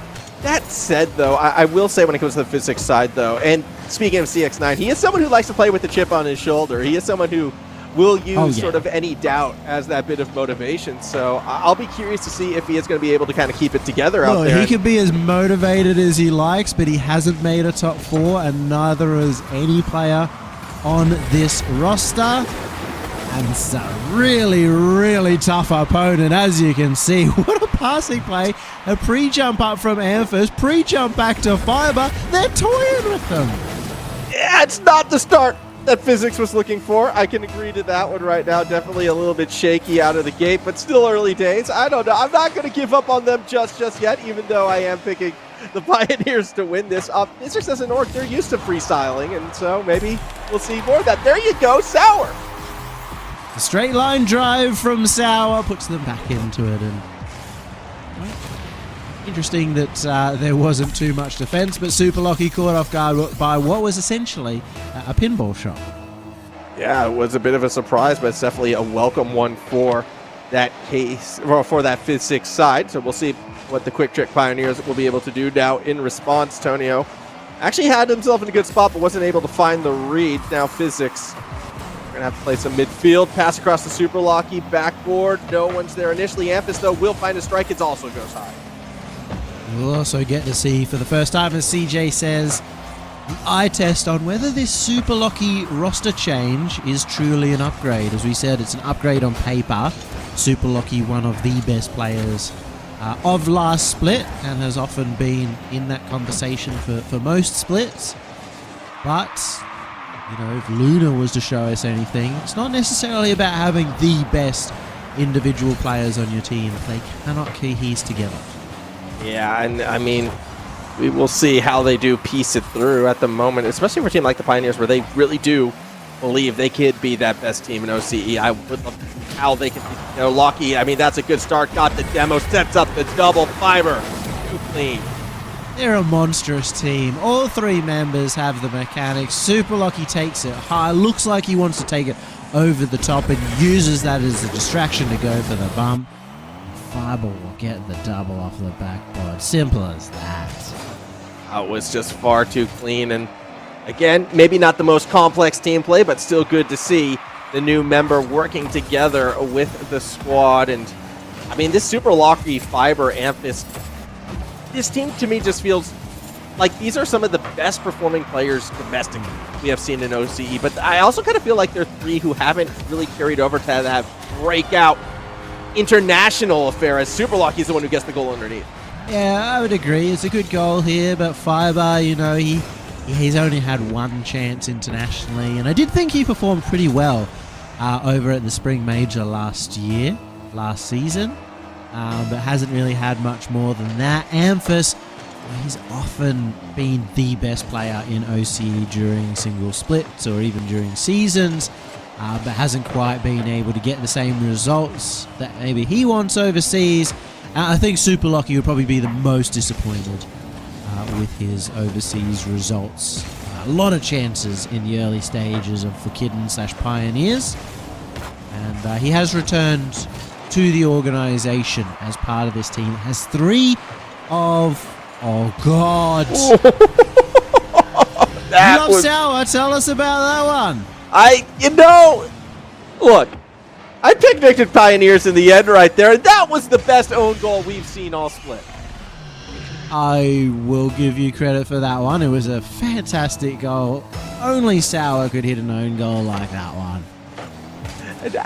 That still, yeah, not ideal, unfortunately, for the Physics side, but looking pretty good for the Pioneers. And I don't know, just sometimes you hit the ball the wrong way, Yummy. I don't know what to tell you. Well, I'd tell you probably don't hit the ball the wrong way, especially not towards your own net, and especially not over the top of your teammate. You know, the triple whammy that came out from Sour, alongside that whammy on the defense from Fiber, almost finding goal number 5, but CX9 was there. CX9 was getting a good touch, but couldn't really follow it too much further across the middle. Now we go to the opposite corner. Sour wants to get underneath this play. They fall down, not quite on it again as well. Oh, just under 100 seconds remaining. Pioneers, very strong showing here in game number 1. Yeah, done well, as you'd expect. I mean, no matter what, regardless of how well they play as a team, I just feel like these three players are three of the highest mechanical players. Fiber on his day, you know, just straight mechanically, a lot of people would argue is number 1 in OCE, and sometimes just having straight mechanics is enough, and they've been playing well as a team as well, so that's why it's a 5-1. And I feel like against this Physics side, like, I mean, this is, I think, a bubble team benchmark roster, to be quite honest. And that's why, winning a couple games would be a huge deal for them. But we've seen time and time again, teams like Power, teams like the Pioneers against these bubble teams, that's really where they do get those big clips. That's where we really get to see some of that mech truly pop off. So it's not too surprising to see that happen. Are you kind of expecting Fizz 6 to always make the top 8 unless, they're like in that round 5 and get beaten by one of those bubble teams to come in? I feel like Fizz 6 is a round 5 team. Like either the round 5 winner or round 5 loss, but I doubt we see them drop or qualify in before them. But they're not a top 4 team. No, not yet. They haven't shown me enough to make me say they're top 4. Yeah, would you call them top 4? Oh, no. You know my stance right now. Yeah. On how this has all been going, but it is of course only game 1. Signs aren't great for Fizz 6 at the moment, but I will say they don't have too much experience against some of the top teams.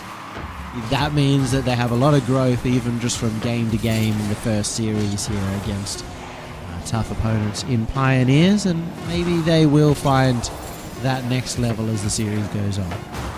I mean, yeah, I think that's absolutely a great way of looking at it. And again, that's why I do kind of appreciate the goal that they set, or that Lumens was kind of putting on this team, Lumens being the owner. 2 wins would be massive, because 2 wins would show that, hey, we can go toe-to-toe with some of these upper echelon teams. We can take games off them. So far, game number 1 at 2-0 is looking maybe like a little bit of a stretch, but, there's still a lot of Rocket League to play.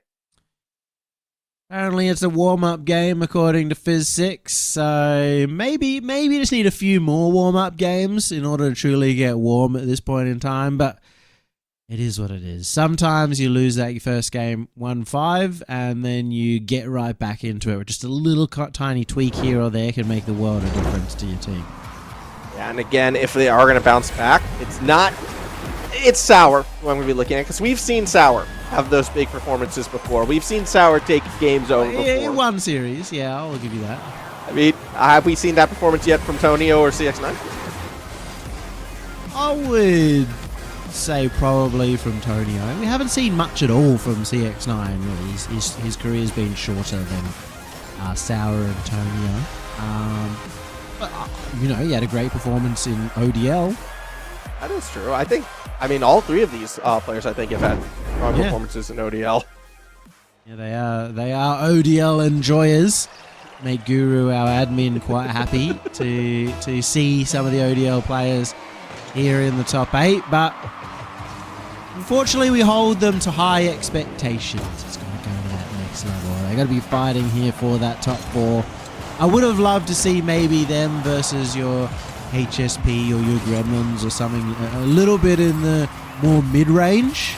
The advantage of the AFL final bracket, maybe, because then you have 5th versus 8th. Would have helped out Fizz 6, but I just got to verse who's in front of them. And then, it was their Swiss results that gave them this matchup as well. So you kind of only have yourself to blame if you get a tough matchup in the Swiss format. One of the reasons why it is quite enjoyable, and for the Pioneers, well, they earned this matchup as well, one could argue, with that number 2 seed. At the moment, though, not out of the gates too quickly. In fact, a little bit sloppy from Fiber right there. CX9, though, it's a bit of a whiff, and now Amphis has some space to work with. Full tank of boost. Fiber's up ahead, but they won't get the pass. It'll be the first minute, and a couple of misses coming out there from Fizz 6, but it's actually set them up beautifully for that counter-attack. Sao ends up giving the ball away just a bit too much over to Fiber, but a good challenge from Tonio catches them off guard and sends KCP scrambling back. Whoa. Sour goes wide. All right, now I can be a little bit disappointed. I would expect Sour to hit a shot like that. A bit unfortunate. It didn't quite hit its mark. Still, I'm liking the look from Fizz 6 so far. I like how they're challenging from strange places. They're trying to keep the Pioneers as off balance as possible. I feel like you're kind of going to need that if you're going to pull off the upset here tonight. CX9 this time trying to keep control. Probably didn't have enough boost to really outplay the midfield, which could end up being the biggest problem here. And it exactly is. Just not enough boost in the tank to keep that defense up. Yeah, they held on as long as they could, but unfortunately Tonio just kind of passed that right to a charging Super Locky, and with the net as exposed as it was, will be an easy go-ahead goal for the Pioneers. They're back in the position they expected. Antonio didn't have boost, that's why he's not able to get that clear. At least that's what CJ told me in my ear, that I'm not allowed to criticize Antonio only on his boost levels or maybe problems out of his control. So, Since when do you listen to CJ? Sometimes. He had a good car, so had some fun, so he's got a little respect there out of the bucket. I have to save that respect bucket for the players. All right, CJ's retired. I'm not wasting my bucket on CJ. I'm spending it on. I know for a fact that you very highly respect CJ. Thank you very much. Probably too much. So none of that from you, mate. Like, I have a very deep bucket. Okay, I got enough. Your bucket's probably a lot deeper than mine and CJ's. I can tell you that much. Definitely a lot deeper than mine. I think, having a good deep bucket is useful in every household. All right, you never know when you're going to. Anybody knows what we're even talking about? I don't even know. We've been making this reference all broadcast. For us, it's a relevant joke. But if you only just tuned in, we've talked about how we only have a finite amount of respect we can give out, and Sour started to get a little bit of that. There we go. That was the strike that Sour kind of missed out on before this one. Absolute bang of a touch. 113, top corner. Exactly what you want to see. Hanging in a nice spot to be able to get to that ball before Fiber can even challenge, and they even have another chance. Here, Sour takes the ball high. Doesn't have too much to make the play and didn't get the flip reset either. He has given his team every opportunity to get an attack going. CX9 ends up getting demoed for his trouble, though, and it turns very quickly as Super Lucky gets the musty. And the save not good enough. Oh, it's another goal coming off a member of Fizz 6 right there. That's got to be a little bit frustrating for the orange side, but realistically, a great musty out of Super Lucky. So much power driven off of it. Pioneers, I mean, doesn't matter this roster. This team is always, I think, going to be seen as a mechy lineup, and they're not disappointing here again. Well, it's going to be mechy, and I think they're always going to be considered for this split. Top two. You got to kind of look back to last split. They weren't the dominant number 2 team. They only kind of just clawed their way across the line at the very end, with the maybe frustrating for them loss against Chiefs in I think event 2. But I think now, considering how they've stuck together as 2 and how we saw Chiefs disband and a lot of other changes go on, they should be set as that number 2 team right now. And maybe with a chance to finally get that one up over Power, who beat them every single time last split. I'm actually kind of curious then, like, if we, kind of do a little fantasy results right now, if the Pioneers do find a way to get through this match and then get through Power as well, will that put them as number 1 straight away, or are we going to have to see it through a couple more regionals? I think we got to see a little bit more, because, Power are just so dominant last split. They did not lose a single series, and, comfortably had KCP, but I think you could sort of put it in your mind that they might be number 1 in KCP. That you could predict them again in the second event. Too many open circles on defense right there. And an easy pickings goal for the Pioneers to kind of put this second game out of reach. The number 2 team now going to be 2 games up in about 18 seconds time. This 6, they did look a lot better though in this second game.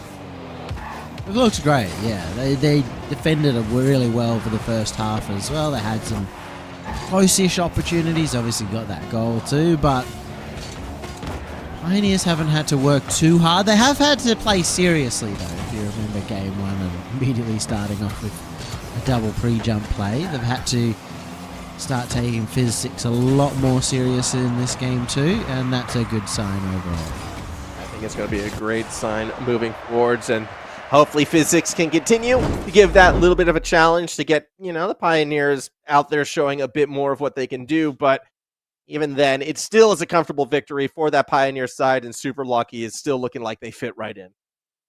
Doesn't look like a timeout has been called as a note. So very interesting. Yeah. Clown Sandwich is a 3-game loss type of timeout guy, I guess.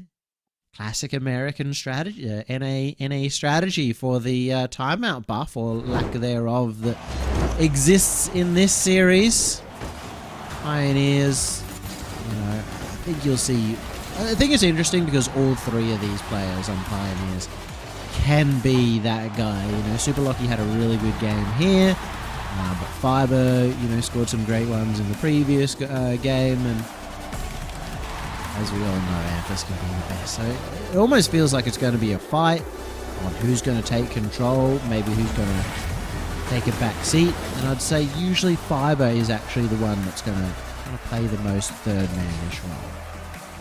My eyes will be on Fiber for sure and how involved they wind up getting, but for the rest of the team, for Fizz 6, I still want to see a little bit more kind of from everybody, to be quite honest, especially if they can get on that attacking side. Yes, Sour had the nice touch, but haven't really had to call out Tonio or CX9's name too much yet in a positive light, so hopefully they can start to continue to be a little bit more competitive as our third game gets underway. At least Sour scored a couple of goals, one at each end. Unfortunately for the others, we haven't been able to see them just get involved, get enough time on the ball. Usually, get a first touch, but then don't really have the boost to follow up, and many players flying past that ball, faking each other out. Yeah, but that was Tonio and CX9. Tonio always got the solo play through. CX9 unfortunately couldn't finish it, but didn't have boost Tonio, so to be fair. Yeah, boost management, though, seems to be a recurring problem, it feels like, from this Fizz side. There's been a lot of approaches where they've just kind of run out of boost. It's also a large part of why EU has always been so good. Their boost management has always been fantastic. A lot of players who come out of ones are very, very good at controlling their boost. And Amphis, very good at controlling the ball to set it up for Fiber. Yeah, that was just a nice little dish down, and again, coming into it, Fiber has the full tank. The defenders left a little bit lacking, so you're always going to lose out on that race. Fiber from that third man role you were talking about before secures that first goal. It's been continuing on. It's been a harsh reality here for Fizz 6, and maybe a happy one for Pioneers, but maybe you're kind of looking more towards yesterday to think about where Pioneers truly lie, how good they truly are. Because again, they went the 3-2 over Kib Gang, who we just said are looking really good, or maybe better than the Chiefs. If Pioneers can beat them in a Game 5, then that's a really, really good result. They also beat the Gremlins in a Game 4 yesterday, so all signs are positive for Pioneers, and maybe some bigger wins than Fizz 6 if they keep going way out. Yeah, the important thing is they're just taking down all the other top 8 teams right now, right? Like, that's how you kind of solidify that sort of reputation and set up those expectations. Obviously, the big match for them would be Power, assuming things continued as they were. Nice little fake from Super Lucky. Won't be enough for the goal, but it is interesting, again, and it's why this bottom half of the bracket really did feel that much more difficult. But if the Pioneers can push through and get themselves to the finals as Super Lucky gets another goal, their run, an argument can be made, maybe they really would be the #1 team here still. It certainly could be. It's really interesting to see. I also want to see Queasy raises something in chat here. Type 1 if you want to hear some more commentary. Type 2 if you're happy to hear us yapping about the broader scene as Pioneers end up, they're currently dismantling their opposition, so we'll see. I'd love to go full, regional final play-by-play mode. I think this could... Oh, that's a lot of twos. That's a lot of twos. I think it is really interesting to see. Some people want to have a really tight commentary, really exciting moments in a very, very one-sided series. But I think that's, everybody has their own preferences, and I like that. Yeah, I know. And again, you can't cater to everybody. We're aware of that, but it's nice to end the night with a cheeky little podcast, cheeky little relaxing. Watch the Pioneers put on a bit of an air show for you. Fiber not able. Now, to the moment the Fizz 6 start coming back, you can better believe we're back in this. I think we've been enjoying a good day of Rocket League. We've had some close games and some close series, but I would have preferred Maybe a game 7 here or there. There we go. Tonio gets on the board, and they're back within 1. And it's another case of, just a hard shot forcing a little bit of a cheeky own goal right there. I'm not sure Tonio's angle was going to post it in. It might have actually posted out right there. It could have been interesting. We could also call that, another technical own goal. Obviously, it's just a missed save, but we've had a few of those that have bounced off the defender on the way in. And I do apologize, Queasy. Maybe didn't expect that he'd get a little bit of a bite back from the commentators, but that's the advantage of being here on Fortress Global and having much more community-oriented feel on broadcast. We all get to join here as a bunch of Aussies, and of course everybody overseas is extremely welcome here, and kind of join together and have a good community time, good feel all around. Remember, always watching. All right? No matter what you say, my eyes are always on you, chat. Okay? And remember, I'm not a very nice person. So, I appreciate it. I like constructive criticisms. I like good feedback. That said, Memphis would like to score a goal here. Defense going to hold down the fort. Still a minute 10 to go. And unless we see something crazy from that Phys6 side, more and more likely it is going to be that 3-0 Pioneers lead. Yeah, the 4-0 prediction starting to look very, very good all around. And wait, I didn't get it 4-0. Did you predict 4-0, or were you saying maybe a 4-1, 4-2? I was predicting the 4-0, but acknowledging the fact that a 4-2 would be a win for Phys6. Yeah, okay. A little patronizing, but we will allow it. So hey, that was Lumit's. Okay, that was parroting Lumit's and agreeing with him. I was agreeing with their owner. So if their owner is patronizing, then I'm allowed to be too. I can't believe you guys are patronizing yourselves. Come on. That is actually a good point, though. You kind of need to believe in yourself a little bit. You can't go in saying I have 0 chance. Maybe like it's so unlikely. I can't see us ever winning. But you got to say, maybe we run away with it. Maybe we just get that first game and you keep going. Maybe somebody has a bad day like Power did yesterday, and that's enough. I was about to say, maybe Pioneers looks like Power on Friday. But again, I appreciate the small goals approach, though. Like you go and you take 2 games off the Pioneers today, then you play against them in the future, and then you get the 3 games. But that was in Swiss, and there's your series win, right? Like it's incremental growth for these bubble teams, and that's why the experience to play against a team like the Pioneers on this kind of stage is so good for them. And it looks like a very bold maneuver. They're not even calling the timeout after 3 game losses. And you know what? I respect it. Just go straight through, rip it off like a Band-Aid. Phys6 going the Band-Aid approach. Or maybe just that confident in themselves. You never know. I mean, and I do see AJ, another Phys6 staff member in the chat, just being here as a win for us. And after the roster that they had last split, and I don't think they made a single top 8, they were struggling to get top 16s. Yeah, I would consider that an improvement as well. A win for Phys6, but I think maybe expected for the roster. Antonio, Sour, CX9 made a lot of top 8s, especially Sour and Antonio themselves. But I will say right now in the OC region, there's quite a few teams that feel like they're fighting in that spot. You had Tonka Trucks for whatever reason. I don't know why. But because I can never pick Phys6. It's like they're like ground zero for you. Okay, that's kind of how I see this team. Fair. Well, like I was going to say, Gingy and MTV, both teams who did incredibly well through the qualifiers, ended up qualifying over top 8, top 4 teams, and brilliant. Just brilliant here from Amphis. Fiber, long pass. Amphis takes it to the left side of the net where just nobody can challenge him. So well placed as well. Such a tight little angle and goal for that one. Again, this is some of that, we're seeing, Friday Pioneers, it feels like, against this Phys6 team. And when you look at the 4 teams that played today and the 4 teams that are likely to have won, so we're including Pioneers with it, have they looked stronger than what Power looked like today to you? I mean, do they look like that #1 team? I'm honestly going to say Power didn't look impressive. Now, I'm not going to really make a claim on whether that means that KCP looked better in Power or not. It's just that more that Power, their actual play style was kind of just so risky that you start questioning, okay, is that actually going to get punished against the likes of Pioneers or a Kid Gang or something like that? Is that good? It kind of just looks a little odd on the eye test.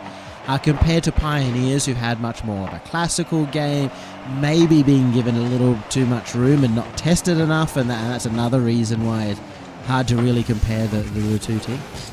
I definitely do feel like, though, that series should have a lot of eyes on it when we get to it, assuming Pioneers do hold on to this lead at the moment. The Six had a little peek at the goal, but now we're going back the other way. Super Lucky looking for the backdoor touch, won't find it.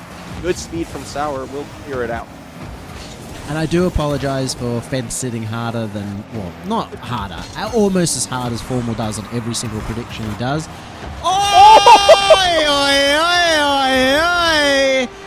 Emphas and Super Lucky connect for an absolute Mariel masterclass. Pre-jump over from Emphas to continue on with Super Lucky straight back into him. And that's undefendable. Look, you don't want me to fence it? Fine, I won't. After that, I'm taking Pioneers tomorrow. I'm saying it. I'm locking it in after that. Do you think that they're going to do that against Power, mate? No, but it does show me that Amphis and Super Lucky have that connection, right? They're clicking. They're vibing as a team right now. No, maybe honeymoon period. Maybe it's just, more of that synergy, but that's what I want to see. And the worst part is now if Physics actually want to win the game or the series, they also have to copy that goal or at least or outclass it. And I don't know if that's possible. I mean, I want to be the guy who says anything is possible. 3v3, I think. But we'll see. Middle of the field, though. Maybe we'll get another Physics goal here. Tonio, no boost. Still got a good touch on it. Sour wants to rotate to the other side, but again, the defense, the clear too fast for the Pioneer side. It is very nice of Physics to join up, make it to top 8, and provide the opportunities for teams like Pioneers to get really nice clips for their socials. So massive credit out to Physics. Especially an org that loves freestylers, right? And loves those kind of freestyle trick plays. It makes sense. And they've done their job incredibly well here. They have their clip too, the old Sour own goal clip, so they're not just a charity. And, at the moment, they're struggling to even get one goal on the board. So, come on, guys. You can't. Lumits was so nice and so supportive of me leading into today, and I feel like that has just been ruined now and forever. Yeah, you tried to be nice, huh? It's over. But no, I mean, look, it's been an expected result so far, an expected showing. Unfortunately, sometimes that's just how the matchup plays out, both on paper and on the field. Really strong showing for the Pioneers. And again, I don't think this is the last we're going to see of Physics in top 8. That doesn't no goal for Physics. It was a good try from, was it Super Lucky? That was awkward. He didn't quite catch it. I'm going to assume yes, it was Super Lucky. Chat will let us know. They can see the names better than us. I think. I need to go into auto cam a bit more often. I'm having the fight with my audio levels, so we don't get a repeat of Game 1 today. So that's kind of... always trying to ruin the broadcast by screaming into people's ears and then whispering for the next second. Yeah, I understand. But all the dynamic range. I cover all the volumes, and unfortunately my computer can't keep up. 30 seconds remaining. Now at this point in time, we're just hoping Physics can get on the board. Earlier in the day we were saying a win would be 2 games. Now we're just saying a win would be 2 goals! Win would be 1 goal, Yummy. And they got their 1 goal, so that's a win. Come on, chat. Give them the energy. They need a goal in the next 6 seconds. Just one. It looks unlikely as KCP keep it up in the air. And Pioneers go through. They'll be versing Power in the semi-finals tomorrow, which may be a real massive decider for the entire split. Yeah, I think that matchup tomorrow is definitely going to be one that everyone is going to want to keep their eyes on for sure. Pioneers, look, they got some fun goals in that one. I like the synergy that I saw. Again, when it comes to the physics side, we'll see them again in the top 8, and hopefully next time we will get that matchup that you were talking about, Yummy, against the Gremlins or against an HSP. And if that happens, CJ, do you think they'd stand a chance? I just, what are we doing about these middling matches? Who cares? It's all about the top dogs, and in the end, I mean, Power, Pioneers, Chiefs, Kib Gang. Who's your top? Give me your. I thought I was being defensive, so you're just like, who cares about Dude, it? CJ's bucket ran out, and then some over that game. That bucket got flipped over and just spilt all over the floor. I gave zero, just gave them absolutely nothing. Look, I think, let's be fair. If we were going to come into this event with the top 4, there's your top 4 right there. It's the one that everyone would have predicted. Formal, you probably would have gone crazy and put physics in there and Gremlins and Ground Zero or something. I don't know. You're the worst predictor I've ever seen. But surely this is the expected top 4. Yeah, it is. No, it is. I think the only change, I will admit, the only change I would have made, I would have had Gremlins instead of the Chiefs. All right, you called me out on that one. But outside of that result, yeah, this was kind of the top 4. But if you're being realistic, if you're being truly realistic, you'd have Chiefs, right? Yeah, probably. As much as I hate picking for Lunar. Yeah, I probably would have. It's kind of, we are turning into Europe a little bit with this top 4, the recycling of talent, the mix-up of teams. It's sort of trending that way. And again, Kib Gang, for me, is that team to watch. I know you guys were talking about Pioneers, how impressive they're looking, pre-jump pass plays and stuff. But come on, that felt like... I don't want to disrespect Fizzy. It felt like, you're watching a qualifier run from these guys. They were kind of just doing whatever they wanted. Yummy, please agree with me, because Formal's going to try and sit on the fence. Yeah, they were freestyling. Well, here is the schedule for Championship Sunday, the final day of Open Qualifier number 4, the first event of this split, the last split. Now there's only 2. Pioneers taking on Power. That'll be the first best of 7. Whoever wins that will have a little bit of a break. Get to watch Chiefs take on Kib Gang, and then we will have the grand final. That'll be all coming your way at 5 p.m. Australian Eastern Standard Time. If you are in any other time zone, good luck. I am not converting it for you. 3 p.m. for WA, and then it would be, I believe, is it 7 or 8 for New Zealand? I almost got it all. What about South Australians? They have some weird half-hour thing. I never bothered. No one cares about South They're a Australia. 90-minute thing or something like that. Yeah, I don't know what's going on. Does anyone even live there? That's what I need to question ourselves. Does. Well, there you go. There's a few there. But there it is. That's the schedule for tomorrow. Boys, what are our thoughts on today? 4 quarterfinals, 4 best of 7s, first weekend. How are we feeling? I would have loved maybe one game 7. Just one at least, game 7. But unfortunately... pretty confident wins. I'm not going to say comfortable wins, but confident wins for a lot of the teams that went through today. I'd like to think we're saving our game 7s for tomorrow then, right? Like, that's how this works. If you don't get any on Saturday, that just means it's going to be an extra special Sunday. And looking at the matchups, the semifinals in particular, I feel like there's a real chance we're going to have back-to-back game 7s between those squads. It's extra interesting because I think realistically coming into this, we'd expect Pioneers and Power to be on the opposite sides, to be versing each other in the grand finals. So really open opportunity there for Kib Gang and Chiefs Esports to maybe jump ahead of what would be expected. And of course, if you win that semi-final, you get some momentum there.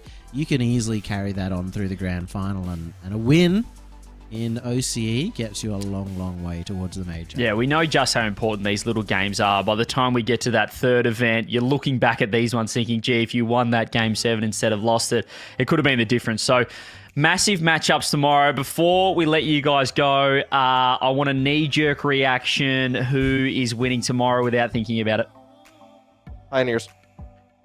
Okay, I'll go Power then. Kib Gang. Give me the Kib Gang. Oh. Knee-jerk reaction. There we go with 3. If that doesn't get you guys excited, we haven't gone Power across the board. Tune in to tomorrow. We have no idea what is going to happen. That was day 2 under wraps. And yeah, we'll run it back 5 p.m. Australian Eastern Standard Time. Do your own conversions. Can't wait. See you guys there. Goodbye.